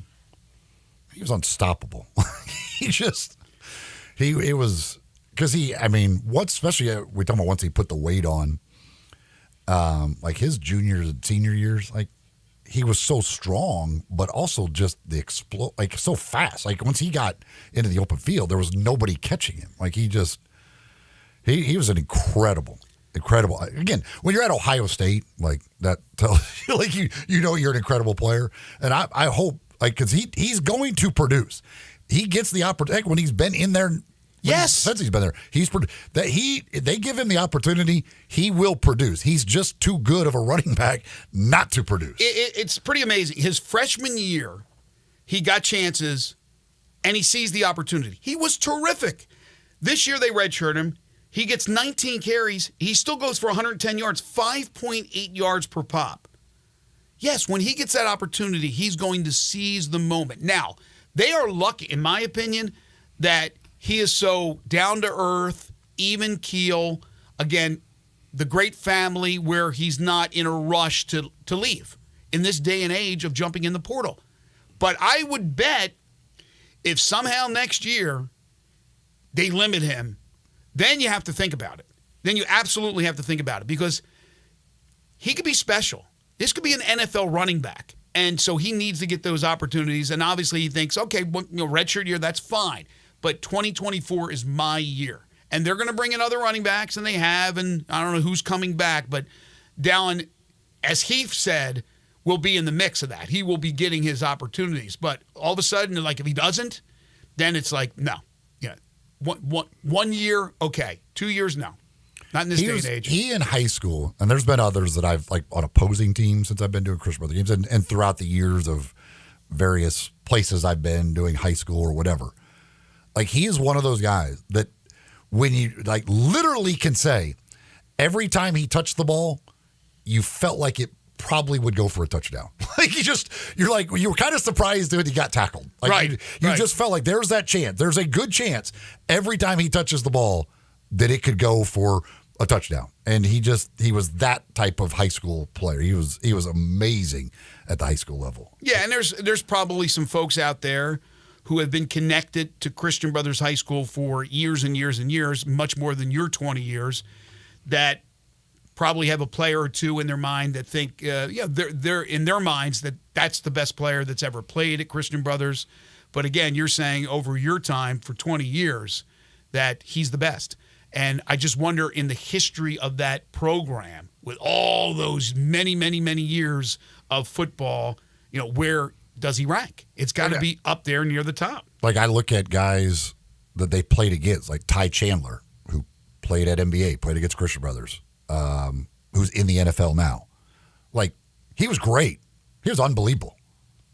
Dallin was better than him at the high school level, in my opinion. Mm-hmm. Now, again, I didn't get to see Chandler every single game like I got to see Dallin every single game of his high school career, where Chandler, I got to see him when they played Christian Brothers. I mean, he was really good, he was awesome. But there's other guys throughout the years. What about a guy like Anthony Miller? I mean, he was a walk-on to the University of Memphis, so obviously they weren't coming after him, even though he was very productive at Christian Brothers. Yeah, I mean, and for him, like when you're a receiver, it's a little different, but based a little bit on the quarterback, everything else, and they didn't throw the ball. They just didn't throw the ball a whole lot, so he didn't get a chance to do what Dallin did. But the old Orleans Opoku Darkwa, who went on to have a good NFL career. I saw him in high school play against Christian Brothers. Was an unbelievable running back. Dallin was every bit as good as him at the high school level. Like you can't be much better than what Dallin was at the high school level. Like again, the dude, I can't remember I don't have his numbers in front, but the dude was like a touchdown machine, like 2,000 yards. Like you can't do much more than what he did in high school. Yeah, I'm trying to think and I've been here since 1995. Some of the great running backs that have come through this area. Ahmad Galloway, who I think didn't he pass away here in the last year or so, went to Alabama. I mean, the guy was a hell of a running back at Millington. Was it Mark Dotson, who ended up going to Ole Miss? He was a hell of a running back as well.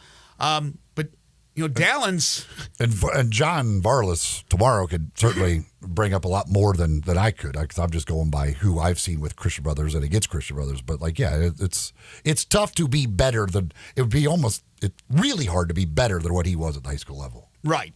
And then, of course, there was D'Angelo, but he was outside the Memphis area. He was at Wynn. Never got a chance to watch him in high school. Just heard of the guy, and obviously he was a dominating force there in high school as well, and then went on to do that at the college level and in the National Football League. So we appreciate Dallin joining us here on the program. When we come back, hour 3, all about college football, all about the national championship, and a look back at the AutoZone Liberty Bowl, as it's the AutoZone Liberty Bowl Inside College Football Hour one more time this season with Mr. Harold Grader. This is Sports 56 Mornings with Greg and Eli on Real Sports Talk, Sports 56 and 98.5 FM.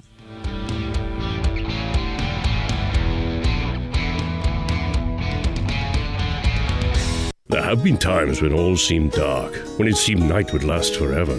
Souls wandered the earth in search of something satisfying, something fulfilling. And then, when all seemed lost, dawn broke, and it was sunrise. At last the people had their dream realized. They could have not just breakfast, or lunch, or even 11sies, but they could have them served fast and fresh and made just for them. At last, at long last, the cock has crowed. If you love sports and Mexican food, you can get the best of both at Los Cabos Mexican Bar and Grill on Summer near Graham. Watch all the big games on all the big TVs on all the walls at Los Cabos and enjoy premium tequila shots anytime for just $5.50. Celebrate every day with lunch specials from 10 to 3 and happy hour from 3 to 8. Lunch is just $6.75 to $10.99 and margaritas start at $3.99. Experience real Mexican cuisine along with great sports at Los Cabos on Summer near Graham. College football fans, the championship is here, and DraftKings Sportsbook's making sure you can throw down on the epic showdown for a shot at the big bucks. New customers can score $150 instantly in bonus bets for a betting $5 only on the championship game. Download the app now, and the code is HERD, H-E-R-D. That's me. New customers can score $150 instantly in bonus bets for betting just $5 on college football. Only on DraftKings Sportsbook. The code is HERD, H-E-R-D, and the crown is yours. Gambling problem? Call 1-800-GAMBLER or visit 1-800-GAMBLER.net. In New York, call 877-8-HOPE-NY or text HOPE-NY 467-369. In Connecticut, help is available for problem gambling. Call 888-789-7777 or visit ccpg.org. Please play responsibly. On behalf of Boot Hill Casino and Resort in Kansas. 21 plus. Age varies by jurisdiction. Void in Ontario. Bonus bets expire 168 hours after issuance. See dkng.com/football for eligibility and deposit restrictions, terms, and responsible gaming resources. Nestled in the heart of East Memphis, located corner of Park and Cherry, is a beautiful residential neighborhood. I'm here at Town Village Audubon Park interviewing a new resident, Carolyn. Share with us why you chose Town Village. Well, if your parents or special friends need to make that big move, let me share with you my experience. It was tough for me to leave home, but then I discovered Town Village. I would like to highly recommend Town Village to you and your loved ones. After looking at all the amenities and meeting all the people and staff, I was hooked. From restaurant, bistro, 3 meals per day, housekeeping, transportation, security, health care, physical therapy, exercise room, and even a heated pool and spa. Come see us and make your new home at Town Village. Visit us and call Daniel at Town Village Audubon Park at 901-374-7342. There's no place like home, Town Village. From brilliant to beautiful, we've heard lots of words used to describe the Sissy's Log Cabin experience, but we think one sums it up best: extraordinary. Here, you'll find an unparalleled selection, impeccable service, and an experience that makes you feel like family. Shop online at sissyslogcabin.com or stop by one of our 6 locations. Find your trusted jeweler for a lifetime only at Sissy's Log Cabin, because life's too short for ordinary jewelry. Listen each and every Sunday morning at 10 a.m. and join Ottawild Presbyterian Church for worship.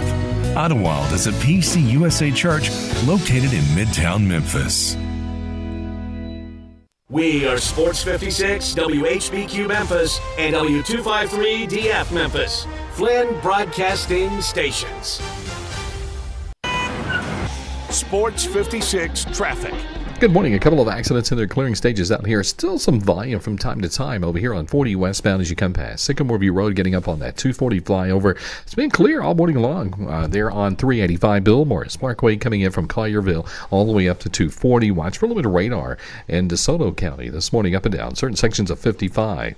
Hey, 24/7 reliable crane and rigging services here in Memphis. It's got to be Tomahawk Crane and Rigging. Online right now at tomahawkcrane.com. I'm Commander Chuck with your on-time traffic.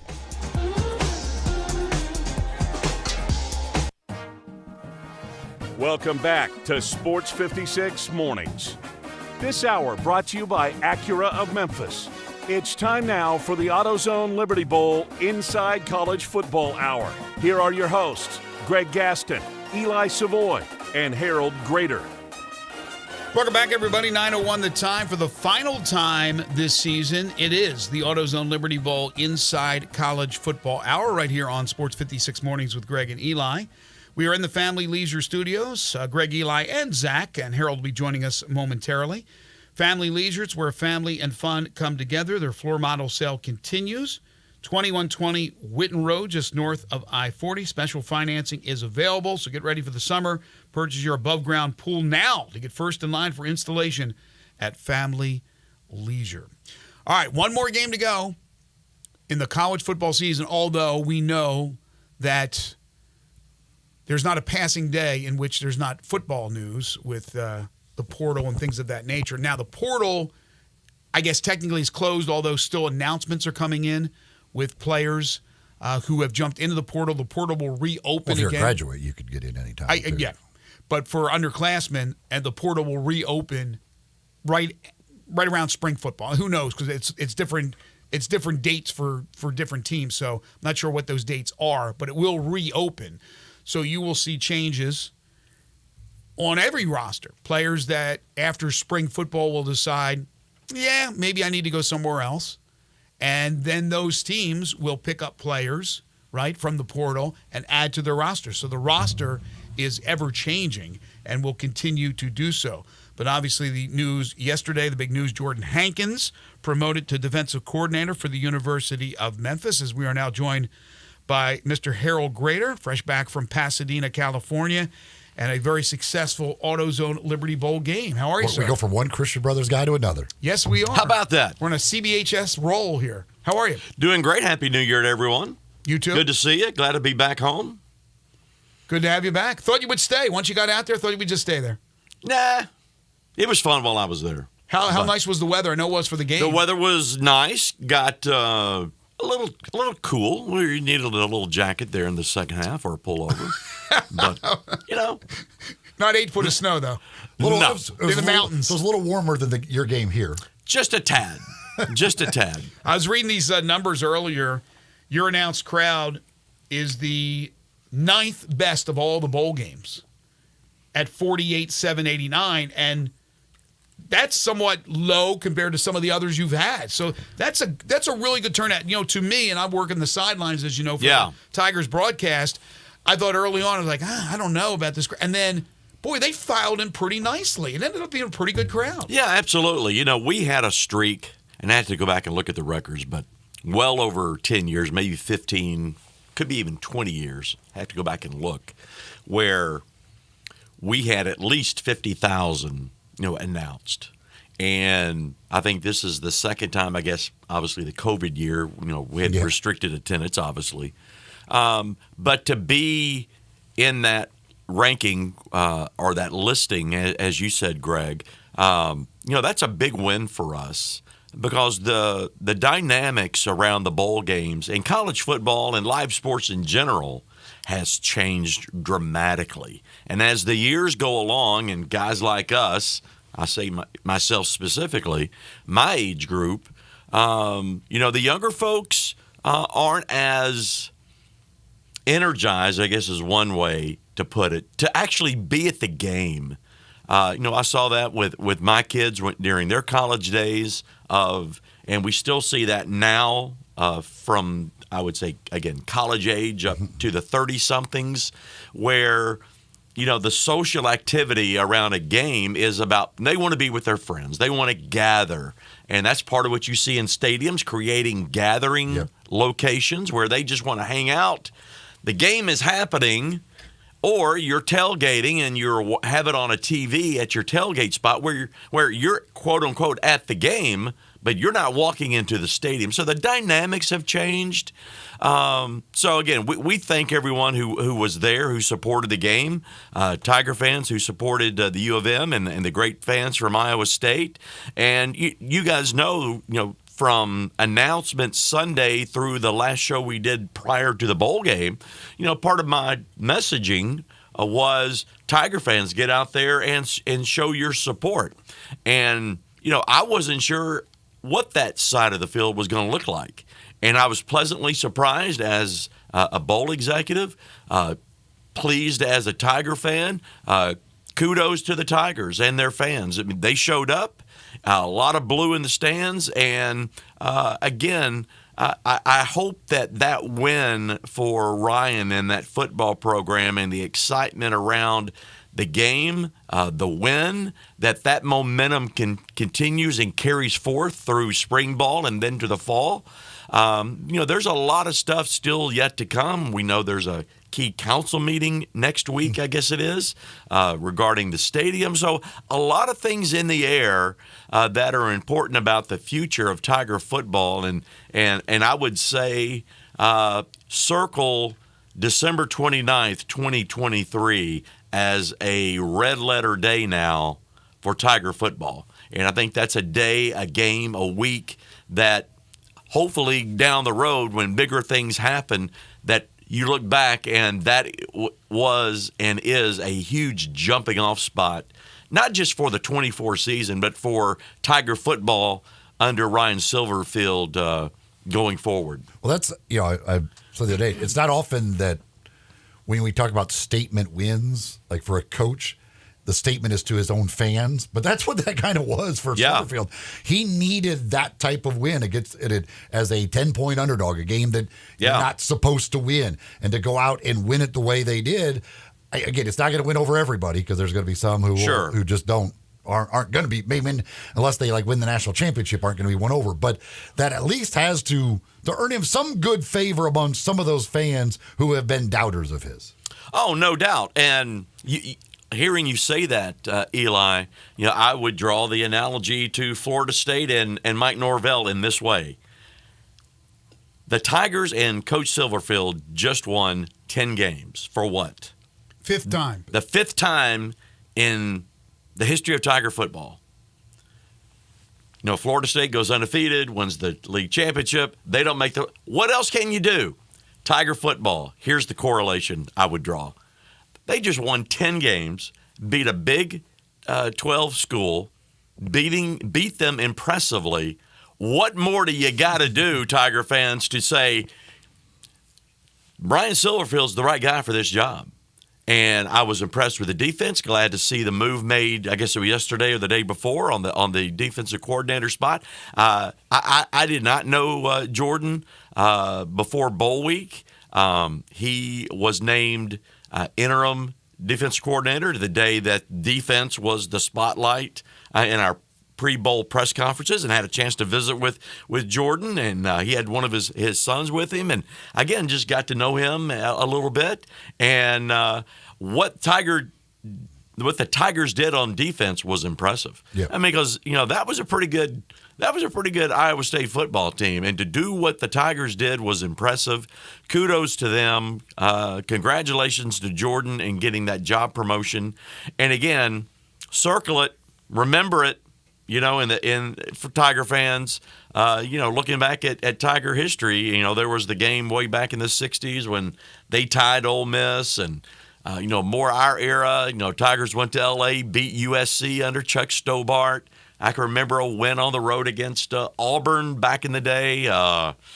There were other, significant wins, but where we are with that program and in the context and the environment of college football today, big win for that. Not just Ryan Silverfield, but Tiger football in general, to set the pace for the future. Yeah, I think we're all in agreement with that. Expect an announcement soon on Ryan Silverfield's future here at the University of Memphis as far as a contract is concerned. I would expect However, with all that said, still didn't get to the conference championship game, which is their goal, which means next year there's a little more pressure on this team. And when you throw in the fact that Tulane lost their coach, Michael Pratt's now gone, UTSA lost their longtime quarterback, and Memphis has Seth Hennigan coming back, a fourth-year starting quarterback, which has to be a rarity, like a unicorn around college football these days.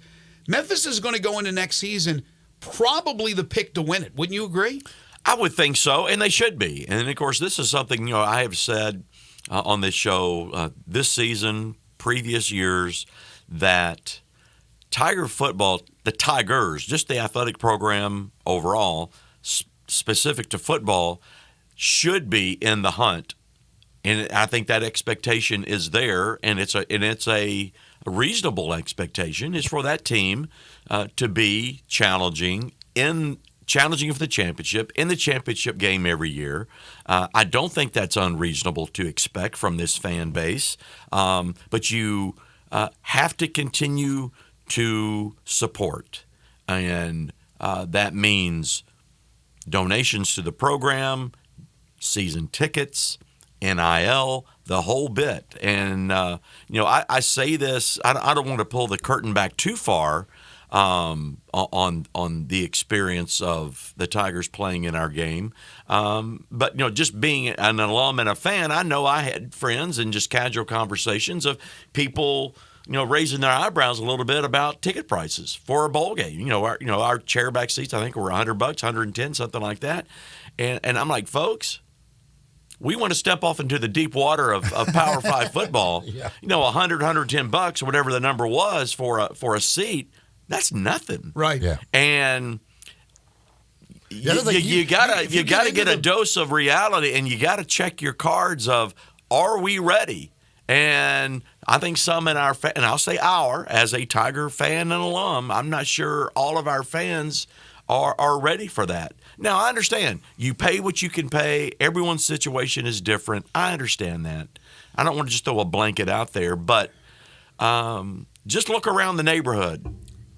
Well, that's if you get into one of the Power 5 conferences, if you're in the Big 12 or ACC, whatever it is. Yeah. Those season ticket prices you're paying right now, they're going to change a little bit. They're going to change slightly. There's also inflation. People are grandfathered into a $10 ticket. And Eli, I would even say, yes, because I brought it up in the context of going to a Power 5, but I haven't talked to Laird and the leadership over there about this specific topic. But, again, as a fan and an alum, when the renovations to that stadium are eventually made, and there's a new product. Oh yeah, no question.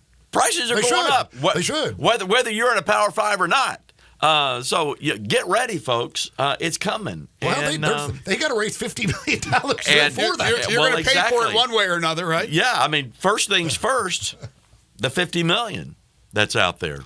And it's interesting, we had Jeff Crane on, we do every week, the University of Memphis Deputy AD, and we were talking to him about next week, and you hope there's no issues. Tuesday, the council meeting, as you alluded to, will meet, the city council, and hopefully they will pass the minutes from the previous meeting in December when they talked about and voted the University of Memphis taking over, running the show, Simmons Bank Liberty Stadium. And at that point, then you would move forward as far as the reconstruction and the refurbishment of this stadium.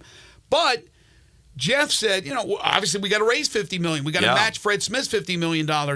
He didn't seem like, right, Eli, tell me if I'm wrong, that it was, hey, next week, here come the bulldozers.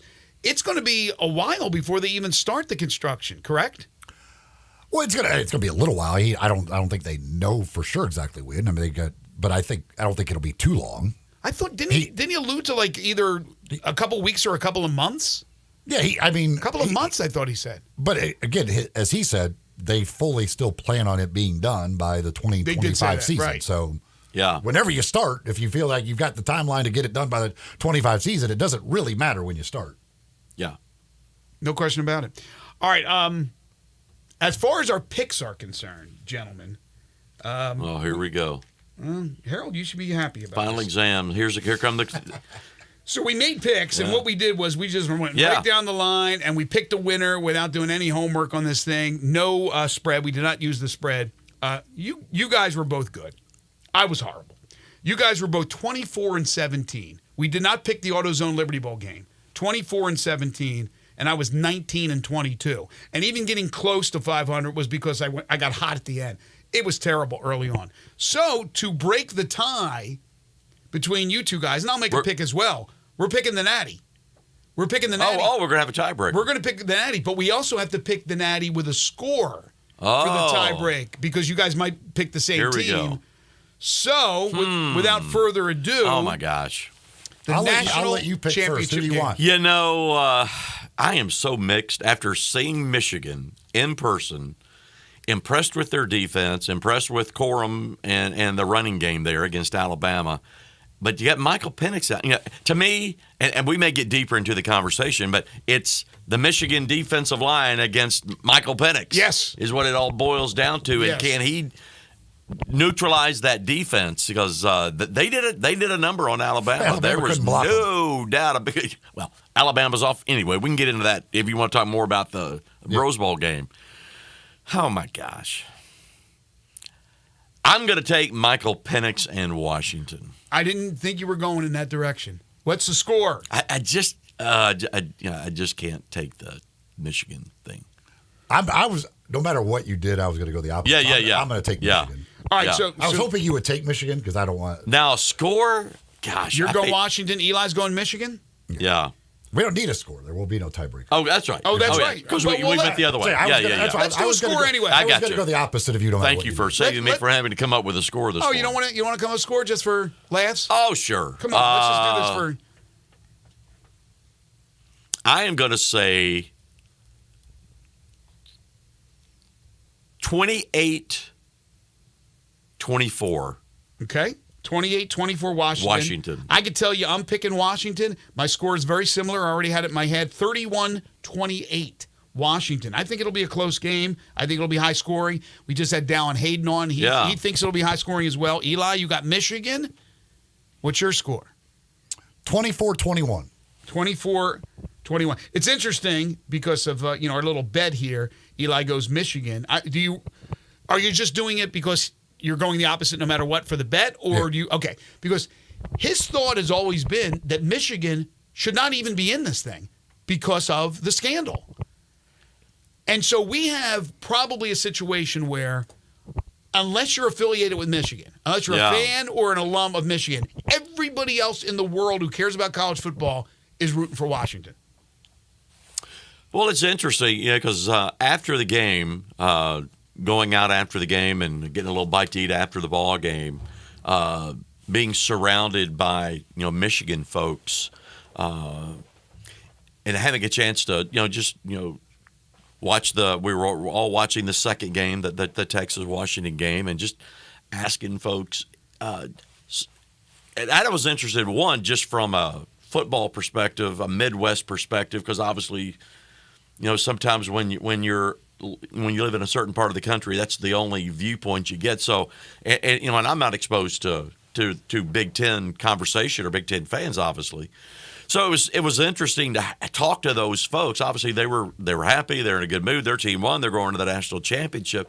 But to ask them the question about what do you think about Jim Harbaugh? What do you think about all that stuff? They just shrug. Don't care. No, yeah, don't care because they win. It's meaningless. It's no big deal. Doesn't matter to us. We're playing for a national championship. We're playing for the national championship. That everybody does it. One guy said everybody does stuff like that. Which is just dumb to say that, because if everybody did that, why has nobody else been caught doing it? Right. Well, I wasn't going to get into it. I mean, I know. Yeah. I hear that. It's the same thing. Any program, whatever their coach has done or is caught doing whatever, if they're winning, they're always going to shrug it off. Who cares? Yeah. Now, if that coach leaves, then they'll, he was cheating anyway. Like, good riddance, he was cheating anyway. It's like all that stupid stuff comes out. Yeah. We know about that here with Calipari. Let's be honest. He's great. You don't care what they do as long as they're your coach and they're winning games. They leave, then they become cheaters or whatever. But while they're there winning games, fans generally do not care how they're doing it as long as they're winning. I think that's a fair statement. And not to rehash all of that stuff, but I can recall, when all that was happening, and we talked about it on the show. There were two things. One, sign stealing in and of itself is not against the rules. Correct. It's just part of the competition, like stealing the catcher from a third base coach in baseball or sneaking a peek at the catcher, right? It's just part. It's how this guy did it with all the electronic stuff and the recordings and all. That's what's against the rules. Like banging trash cans in the case of your Houston Astros. The advanced in-person scouting is like that. So here's you cannot do it. Here's what J.J. McCarthy said, the quarterback from Michigan. Okay. We did things the right way as players. it would be very unfortunate to not get recognized for all the hard work that we put in and everything we accomplished over this last year. But at the end of the day, it's not going to change the amount of accomplishment and the amount of pride for being on this football team and just everything that we accomplished because we know what we put in. So the headline is that, they did things the right way. So this information that was accumulated, was it dispersed among the players? Did the players know? Because if they did things the right way, then they wouldn't have been involved as far as knowing where this information had come from, how they were able to get the information. If this was kept completely quiet by the coaching staff, and you and I have had this discussion before about the players. I said you can't penalize the players. How much did the players know about this? Yeah. That's and the thing is, coaches on the other side, numerous coaches have said, we change our signals every week. So, what did Dallin say? So what? Eli, what did Dallin say about that? Well, he said they had to change a lot when they played Michigan this year. But he said they did say they did. It wasn't that much different necessarily than what. But they changed on a week to week. But they did because you had to come out obviously before that game. But he seemed pissed. Representing Ohio State that they believe Michigan cheated and probably shouldn't be in the game, and Ohio State did not. Yeah, again, they blatantly broke a rule. It's right there. Yeah. Everybody knows that rule. They blatantly broke it. There is no other explanation for what he was doing. By the way, you weren't sitting next to him at the game, were you? Connor was, because he was at the game. You weren't next to him. No, I was not. No, I wasn't. But went to dinner with him though. They blatantly broke rules, and I still don't understand. Like if the only punishment for blatantly breaking a rule like that is that your coach gets suspended for 3 games at the end of the regular season, what is the deterrent from another program doing it? Our coach gets suspended for 3 days? Yeah, nobody cared. Who cares? It impacted nothing because he coached them during the week. And now if somebody else is caught doing it in the future, what can you do to them? Like you can't ban them from the postseason. You didn't do it here. Why would you do it to school in the future? So I assume you don't believe that if Michigan wins Monday night, their championship is tainted. They have an asterisk next to it. I would say no. I think that's a little bit of a stretch, or maybe even quite a bit of a stretch. Mm-hmm. Well, he's I'll leave it there. I was going to say, they didn't take away the World Series title from the Astros. He's an Astros fan. Look, he is a full supporter of cheating. No. This is right up his alley. No. Like, Harold absolutely believes in this stuff. No. I will tell you, as a lifelong... He accepted the lunch from you, did he not? When the Astros won that... Well, now you're talking free food. Yes. On Gaston, that was a once-in-a-lifetime deal. No, you're going to get another one. Twice in a lifetime now. That's true. But I would look, just to wrap that one up, that was a total embarrassment on the organization. Everything that happened to individuals involved with that deal with the Astros, they deserved everything they got, and we'll leave it at that. And you know what? They've become a hated team. Maybe not as much as the Yankees, but they've become Michigan has become a hated team. And I'm not just talking about from the Ohio State brethren, right? I'm talking about from college football fans around the country. The thing that drives me crazy about the whole thing, the idea that Jim Harbaugh this all went on and Jim Harbaugh would not have known about it is insane. Yes, it is. Because the bottom line is during the game, even if you don't, for whatever stupid reason, you're not really talking about it in practice, but I guarantee you they're talking about it in practice. And that's why I still firmly believe players do about this had to be a conversation about, hey, would they do this? Like all these things. Like it's going to be like, hey, we know their signals, blah, blah, blah. But even during the game, Jim Harbaugh is wearing a headset. I have to believe in the headsets when they're watching the signals on the other side and they go, hey, they're about to blitz or they're running this play. He's like, man, you guys are amazing at predicting what they're going to do. How the hell did we figure all this stuff out? I don't know. This is crazy. We got Nostradamus upstairs who knows everything that's about to happen from the opponent. He has to know where they're getting this information. It's impossible for him not to know. Right. Well, that's why he was suspended. Right? I don't care the sport. No, they suspended him. They didn't say he knew. They just say he's in charge of the program. Okay, but I guess they figured probably that. Look, at the highest level of college athletics, maybe even at lower levels, but certainly at the level we're talking about, whether it's football, basketball, every head coach knows exactly what's happening in his program. Yes. Because they're all paranoid. They're all all over it. No question. From A to Z, they're in control. It's their deal. They know exactly what's happening in their program. There's no way Connor Stallions is doing all this and just keeping it a complete secret from the head coach of the team. No.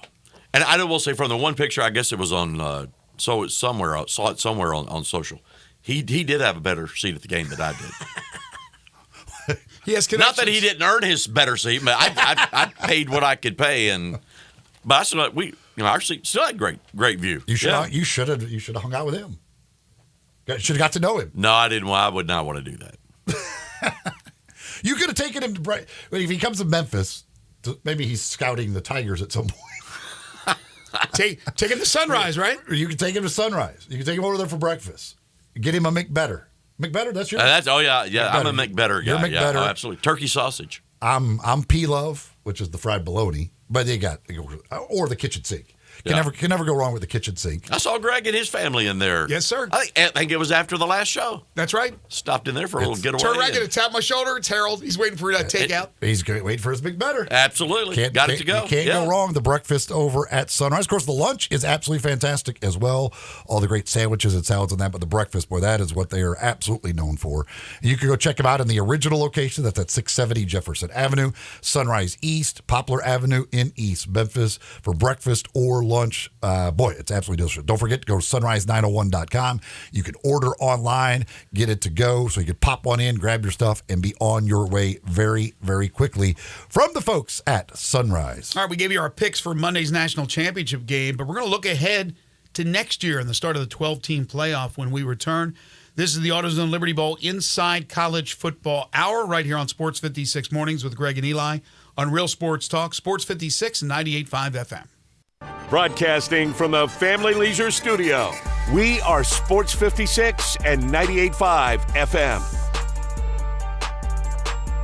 You or someone you know or care about has dealt with a difficult divorce. When facing divorce, you need the attorneys at Rice Law. Nick and Larry Rice lead the firm with 3 generations and 7 decades of experience. Located in Memphis, serving the entire state of Tennessee and North Mississippi. Rice Law is who you need to call. Simple or difficult divorce, they know how to handle it. Call Rice Law at 901-526-6701, or for more information, visit them at aboutdivorce.com. That's aboutdivorce.com. Be the change you want to see. Join the Memphis Police Department. Salary starting at $54,611, increasing to $60,713 after probation. Benefits include a $15,000 sign-on bonus, up to $10,000 in relocation assistance. Other incentives include pension, health, vision, dental, and life insurance, 25-year retirement, take-home cars, over 75 specialized units. For more information or details, visit joinmpd.com. It's a new year, and Family Leisure has a new way to bring family and fun together. All you have to do is walk into Family Leisure and look around. All those floor model patio sets you see, those have got to go. So Family Leisure can make room for all the new sets coming. Get a wicker sofa set for under $2,000. Pool tables under $1,500. Theater seating for under $2,000. Hot tubs for $4,000 or just for yourself. If you really want to lounge, they're under $5,000. Need patio cushions? Get them as low as $25. Oh, have you seen those infrared steam saunas? Well, now they and the traditional saunas are 25% off. It may just be the first few weeks of 2024, but that doesn't mean you can't start getting ready for summer. 2 final things. Purchase your above-ground pool now and get first in line for installation, and take advantage of special financing that's available. Family Leisure, Whitten Road and I-40, bringing the family and the fun back together. The Shelby County Sheriff's Office is looking for people just like you to answer the call and start your career as a corrections deputy. If you have a high school diploma and our community is your calling, visit scsocareers.com today. They call us Big Shelby. We're one of the highest paid in the region. You don't have to have a degree. The pay here is wonderful. The benefits are wonderful. I'm really financially stable. I'm able to do everything that I want to do. Yes, I feel very appreciated. Are you up to the challenge? Visit scsocareers.com today. Roofs, roofs, and more roofs. Chris Price here with Metro Builders. Is your roof leaking? Do you have mold stains on the ceiling of your home or business? Is your carrier denying your claim or offering a repair simply because they don't have enough documentation? You need a contractor that performs work for insurance claims for policyholders each and every day, and Metro Builders is here to assist. Call Metro Builders. At Metro Builders, we provide free estimates, consultation, and claim repairs. Metro Builders' process of arriving, inspecting, diagnosing problems, and estimating is second to none, commercial and residential. Our team of Hague-certified technicians are standing by to assist you with providing estimates and photos to your carrier to document your loss. All you owe is what your policy states. No large fees on top of the final scope. We use high-grade materials and are certified by companies like Atlas, CertainTeed, Owens Corning, and Mulehide with labor warranties up to 50 years on all of our jobs. Metro Builders provides roof repairs across the Mid-South. Call Metro Builders to schedule your inspection free. Call me. 901-375-1717. That's 901-375-1717. Welcome back to Sports 56 Mornings. This hour brought to you by Acura of Memphis. Now, more of the AutoZone Liberty Bowl Inside College Football Hour. Here are your hosts, Greg Gaston, Eli Savoy, and Harold Grader. Welcome back, everybody. You know, a couple of things I had heard. You were out there at the Rose Bowl. I've been there, but not to a game, not even inside. Just went there and saw the outside of the Rose Bowl. Tried to get in. It was all gated. It was all locked up and everything like that. But just beautiful with the mountains, with the San Gabriel Mountains in the background. Just a beautiful venue.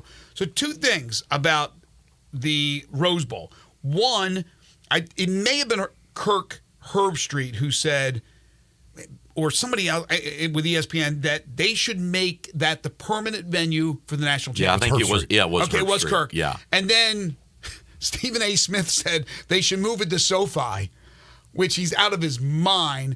I mean, I've had it up to here with the indoor stadiums. There's just no ambiance. There's no anything, but they're going to have them, obviously. Right, sure. But what about the Rose Bowl being the permanent site for the national championship game? I got to tell you, from a fan experience, I mean, one, it was a bucket list trip for me. You know, doing what I do, just being a fan of the game, the history, and because I admit, I'm a stadium geek. I love seeing old, iconic stadiums like that, and to be able to have that experience was special. But I got to tell you, they're great and it's iconic. Take away the mountains and this beautiful, lush green field. Mm-hmm. Really? Really? It's not that special. Right. From a user, from a fan experience. You mean like concessions and all that everything, kind of stuff? Yes. My seat was on row 65, corner of the end zone on the Alabama side of the field. With about 30 seconds to go in the first half, I started making my way down, going to concession and restroom. Concessions were a little bit of a debacle. By the time I did those two things, that took longer to get the food. It was a bacon wrap hot dog, though. It was great dog, great dog. But I got back yada over the hot dog. Yeah, exactly. I got back to my seat with 5 minutes to go in the third. What? Yes. Because halftime's like seemingly an hour at those games. All of the vending is outside the stadium, and what to bring it so you can visualize it. What we would, in essence, call the halo. Yeah. Here it's you come out and then you have that area. Which is inside, a perimeter fence, but it's a walk-around area. But everything's in a tent, whether it was the souvenir stand. I mean, everything is in a portable, like a tent. So they don't have any, concession stands, in the stadium? No. You walk outside the stadium into what I would describe as the halo. And they were understaffed. I mean, in the line I was in, there were two people at the. It was like it looked to me like you could have accommodated 6 people working, taking orders and all that stuff, and they had 4, 2 and 2, and it took much longer than I had expected. But again, I'm not going to dog them. It wasn't the impeccable, incredible, fan experience. I didn't ride the shuttles, but they had shuttle service to and from. The get-in process was a little bit crazy. I mean, they encouraged people. I mean, as soon as the gates opened, you were getting push notices on your phone. Hey, come in early, get here early. Once you got into the bike rack lanes, you zigzag in. Yeah. It was pretty good.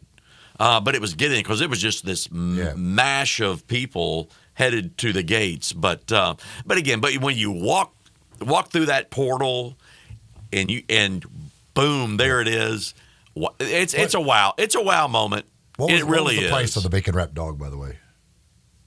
I want to say it was $13. Okay, that's not bad. $13 for the dog. I was thinking you were going to say like I got the only drink they had at that stand was a lemonade. Was a strawberry lemonade. I think it was $10. So, I didn't think the concession prices were anything crazy. How was the parade? The parade, I got to say, again, it's one of those. I'm glad I could say I did it. But as I had said to some folks from Memphis that I had run into at the airport that were going out there too. When I'm at home, I don't sit there and watch 2 hours of the parade. No, parades are not that fun. I watched as much as I could, but it was also in the context of I wanted to run back to the hotel, refresh, and then start the day, because the crazy thing was, the parade started at 8, and you had to be the instructions that we were receiving were you needed to be in your seat in your area by like 6 or 6:30. And the hotel was 15, 20 minutes away, but then there was traffic, so you had to gauge. Long story short, I got up at 4:30 to catch an Uber at 5:30, and it was a long day. So you had to sit there for basically 2 hours before the parade started? Yeah, and there were a lot of people, first-timers like me, that doing the same thing. And after a while, we're sitting there looking at your watch and thinking a lot of time had passed. It had been a half hour, and it's like – and there was this the frustrating thing was there was this constant, steady stream of people, walking down the street going to their seats, and we're like, well, why the heck did we have to get here at 6 or 6:30 when this – street anyway? That's because but it was cool to be there. Took pictures, met very nice people, and again, I mean, it's in the end, a parade is a parade. Like it is like it. Because like when I was in New York on Thanksgiving, and I was like, okay, the Macy's Thanksgiving parade. I went out there, watched a little bit of it. I'm like, okay, like I've had enough. Like it's a parade. Like, there's just not much of a parade that really excites you. That's right. To watch the same, a different group of people come by with a big old balloon. You're like, okay, I've seen it all. Let's move on. It's like Clark Griswold at the Grand Canyon. Just kind of gives the old, all right, let's get on. Yeah, like it's just, I don't know. It's a parade. I'm glad I was there. Glad I got to experience it. Would I do it again? Probably not. Probably not. Real quick before we take a break, and when we come back, I want to talk about what we can look for for next year's 12-team playoff. But I think it was Herb Street again. He's getting a lot of pub here on our show that said, why don't we consider moving the bowl games, not the ones involved in the playoff and all that, to the beginning of the year, where it wouldn't be teams that earn their spots in the bowl games, but would be like a big national game to open the season and have a bunch of those. Would that do anything for you? It depends. Short answer, no. And that's something. As from our organizational standpoint, we haven't discussed that. Like if you had Auburn and Kansas State, and I was in this morning, getting up early and listening. I was listening to a show in Birmingham with Colt Kubelik and McElroy, and this was a topic on their show this morning in Birmingham as well. And they had a guy, I think I'm not sure where the guest was, but they talked about this on their show. I just don't buy that. I guess having my bowl executive hat on, it concerns me. The drumbeat of the bowls don't mean anything comes from media people, whether they're local, regional, national. It was the same thing with the BCS. We got to change. It came from the media, and I'm like, you got, and I say this as a former media guy, media guys don't live in the real world when it comes to things like this. It's a work assignment. They're traveling on the company. They're dining and eating on the company. They're going to the game free. They don't have the same experience that the fan has. That's and true. Again, doing what I do and with our daughter at Alabama, that's one of the things that it's been educational for me. It's been given me that perspective of the fan experience that I'll admit, for eons for me, being a media guy and being a bowl guy where you go to the game, you sit in the press box and, that's more or less your experience. But sitting in the stands in Tuscaloosa and a couple other places and at the Rose Bowl, I just think media people are jaded. Yeah, but we don't get a bacon wrapped hot dog. And I don't agree. I don't agree that the bowls are meaningless. No, and that may sound self-serving, but look, ask the Tigers. Yeah.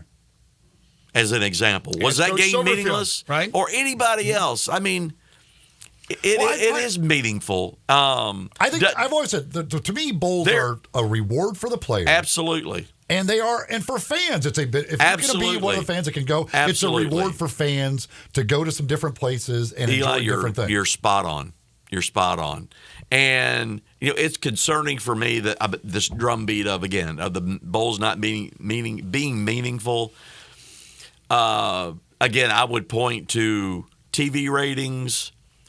We talked about earlier. The actual in-house attendance at a lot of games is down, but the viewing habits and just the way people consume live sports has changed. Mm-hmm. But I don't think that minimizes the importance in the meaning of the games. Preseason, I wouldn't be in favor of that. And again, the bowls are a part of the fabric of our country. Always it's holiday has been. time. Always has been. You put it on. That's why it's never. And it's just what we do as Americans. ESPN wants the programming during that time of year. There are like the Chick-fil-A kickoff classic there are bowl games that have their preseason kickoff games. Yeah. That's their choice. If you guys wanted to have an AutoZone Liberty Bowl kickoff classic, you would do that, but you don't. That's not what you. That would be in addition to your bowl game. Yeah, bowl game he hit it on the head. That week, they know people are home. They're with their families. They're watching TV. They need the programming, and that's what they have with all these bowl games. All right. Yeah. We'll take a final break. Come back. Final segment. Looking ahead to 2024 in college football. This is the AutoZone Liberty Bowl Inside College Football Hour.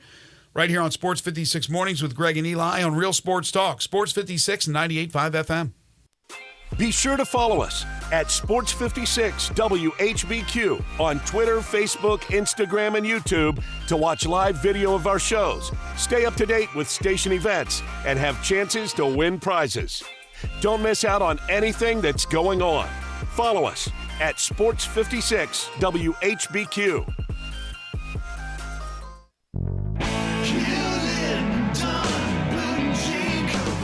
Hewlett & Dunn Boot and Clothing Company, we have it all. From handmade Amish leather belts, fine and casual clothing, boots, casual boots, work boots, fancy boots, and even safety-toed boots. Lots of cowboy hats to choose from, even Nebo lights, good-looking duck head dress shirts, duck head caps, shorts, and pants. Tons of jeans from Ariat, Wrangler, Devil Dog, and Kimes Ranch jeans. At Hewlett & Dunn, we have a great selection of Old South t-shirts and caps. Fine clothing from dress to casual to Sunday best. Enjoy choosing from UFO's orthopedic-approved shoes. Hewlett & Dunn Boot and Clothing Company. Boots of every size, every color, every skin. Great quality Western, work, and safety toe boots. Hewlett & Dunn Boots and Clothing Company. 111 North Center Street, Collierville. Hewlett & Dunn. Hewlett & Dunn, serving you and your family since 1961. Bartlett Small Engine has been serving quality power equipment since 1970. They have a full line of power equipment, parts, and services for most makes and models. Bartlett Small Engines has the best brands in the power tool industry, and they're all American made. Bartlett Small Engine is your can-do store. 6780 Summer Avenue. Call 901-386-9779. Bartlett Small Engine has free pickup and delivery both at your home and curbside for lawnmowers, blowers, edgers, and any small engine. Call 901-386-9779. Paid actor portrayal. I didn't see it coming. Life can be so unpredictable. After losing my dad, it made me think about my family if something were to happen to me. The mortgage, car payments, and all the other bills. Even things like our annual summer vacation would be out of reach. I had heard about life insurance through Ethos and how easy it was to get coverage. They were right. I knew it was time to stop putting it off and get life insurance right now. I got on my computer and went to ethoslife.com. In just 10 minutes, I was covered. And boom, family protected. Thanks to Ethos, my family won't have to worry about the bills if the unpredictable happens to me. Ethos, fast and easy online term life insurance. Up to $2 million in coverage with no medical exam. Some policies as low as $1 a day. Answer a few health questions and get your free quote at getethos.com. That's GETETHOS.com. How's Wingstop sound? Crispy, juicy, classic wings. Made to order, cooked to perfection. And sauced and tossed in those 11 soul-satisfying flavors. Paired with hand-cut seasoned fries, house-made honey mustard, blue cheese, or signature Wingstop ranch. And of course, spicy Cajun fried corn. I think you've heard enough. Get your flavor delivered at wingstop.com. Make your next grill your last with the Big Green Egg at East Memphis Ace. Smoke, bake, roast, sear, and grill, all with a lifetime warranty. Ready to cook in only 15 minutes with cook temperatures below 200, above 700, and anywhere in between. Change your at-home cooking experience for life with our unmatched, authentic wood-fired grill flavor that has our customers raving. Get your Big Green Egg and all our accessories at East Memphis Ace on the corner of South White Station and Quince Road. Welcome back to Sports 56 Mornings. This hour brought to you by Acura of Memphis. Now, more of the AutoZone Liberty Bowl Inside College Football Hour. Here are your hosts, Greg Gaston, Eli Savoy, and Harold Grader. That's right. This hour is brought to you by Acura of Memphis, Ridgeway 385 online, AcuraofMemphis.com. Great cars, great people. That's what you'll find. A great car buying experience every single time at Acura of Memphis. By the way, how many of the New Year's Six bowl games have you been to? Have you been to a bunch of them? See, I covered the Fiesta Bowl, the Cotton Bowl with the Tigers, Fiesta Bowl when I covered Tennessee winning a national championship. I've only seen the Rose Bowl from the outside. Yeah. I've been to the Peach Bowl. I've never covered a Sugar Bowl, but obviously I've been in that stadium a million times. I told you the Cotton Bowl, Fiesta. So the only one really was Orange Bowl. I've never been in the Orange Bowl. I covered Orange Bowl. I'm trying to remember if it was once or twice. I know I covered the Arkansas-Oklahoma Brian Bosworth game. Oh, wow. And I covered the Sugar Bowl when Tennessee beat Miami. Big upset. Huge win for Tennessee, whatever year that was, 96, 97, something like that maybe. No, it was earlier than that. Yeah, it was earlier because they won the championship. You know what? It was January 95 because I had just graduated from then Memphis State. Oh, okay. And I was obviously already working at Action News 5. Covered a Cotton Bowl. So let's see. So that's Orange and covered a Sugar. Was at the Sugar last year with Alabama and now down I've the not road been to the as a down the road. fan. So I guess I've been at, covered, attended three of the what we now call the New Year Six. Yeah. Okay. Yeah. Just curious. All right, so next year we go to the 12-team playoff. Yep. And we know that for 2 years at least, we get the 12-team, and then we'll see what happens with all the contracts and all. But we were talking about this the other day, that I wonder when it's all said and done, how many SEC and Big Ten teams will be in the 12-team playoff? A bunch. I would say probably 8. Between the two, like 4 and 4 or something like that? Yeah, probably so. You're going to have probably so. The other 3 conference champions, and then I'm willing to give one spot to an at-large out of the Big 12 or ACC. Yeah. Then there's a group of 5. There could be 9. It could be 9 plus the Big 12 champion, the ACC champion, and a group of 5 champion. Yeah. It wouldn't be surprising. I think most years it'll be 8 or 9 teams. The big talk right now is that Ole Miss is taking that step. Obviously, they beat up Penn State pretty good in the Peach Bowl. Kiffin has done an amazing job in the portal. They got Dart coming back. They got some other big-time players coming back. But you look at the SEC going into next year, you add Texas, you add Oklahoma. I'm not so sure Venables is the answer there at Oklahoma, but Oklahoma normally is going to be a power. They're added to that conference. And then Washington, Oregon, USC. Yeah. You would think Lincoln Riley gets them back to where they usually are. And even UCLA all join in the Big Ten. So, my gosh, you're stacked. What do you think about my the next year 5-12 matchup for the playoff? Ole Miss as the 5, Memphis as the 12. How about that? That could happen. That is very easily could happen. That is a realistic thing. Like, that is not well, that's just dumb to say. That could happen. Absolutely. That could happen. Going back to our earlier conversation, from a Memphis perspective, from a Tiger fan perspective, I would say let's stake out the ground right now. What is today? I've lost track of what day it is, what the date is. The date. January 4th, 2024. The expectation is, for Tiger people, we're in the playoff. We're in that 12 next year as the group of 5. That should be the expectation. Yeah, I mean, champion of the American, the best group of 5, you're in the playoff. Because if you're the champion of the American, you're certainly in the that bottom line. You're right there in the conversation.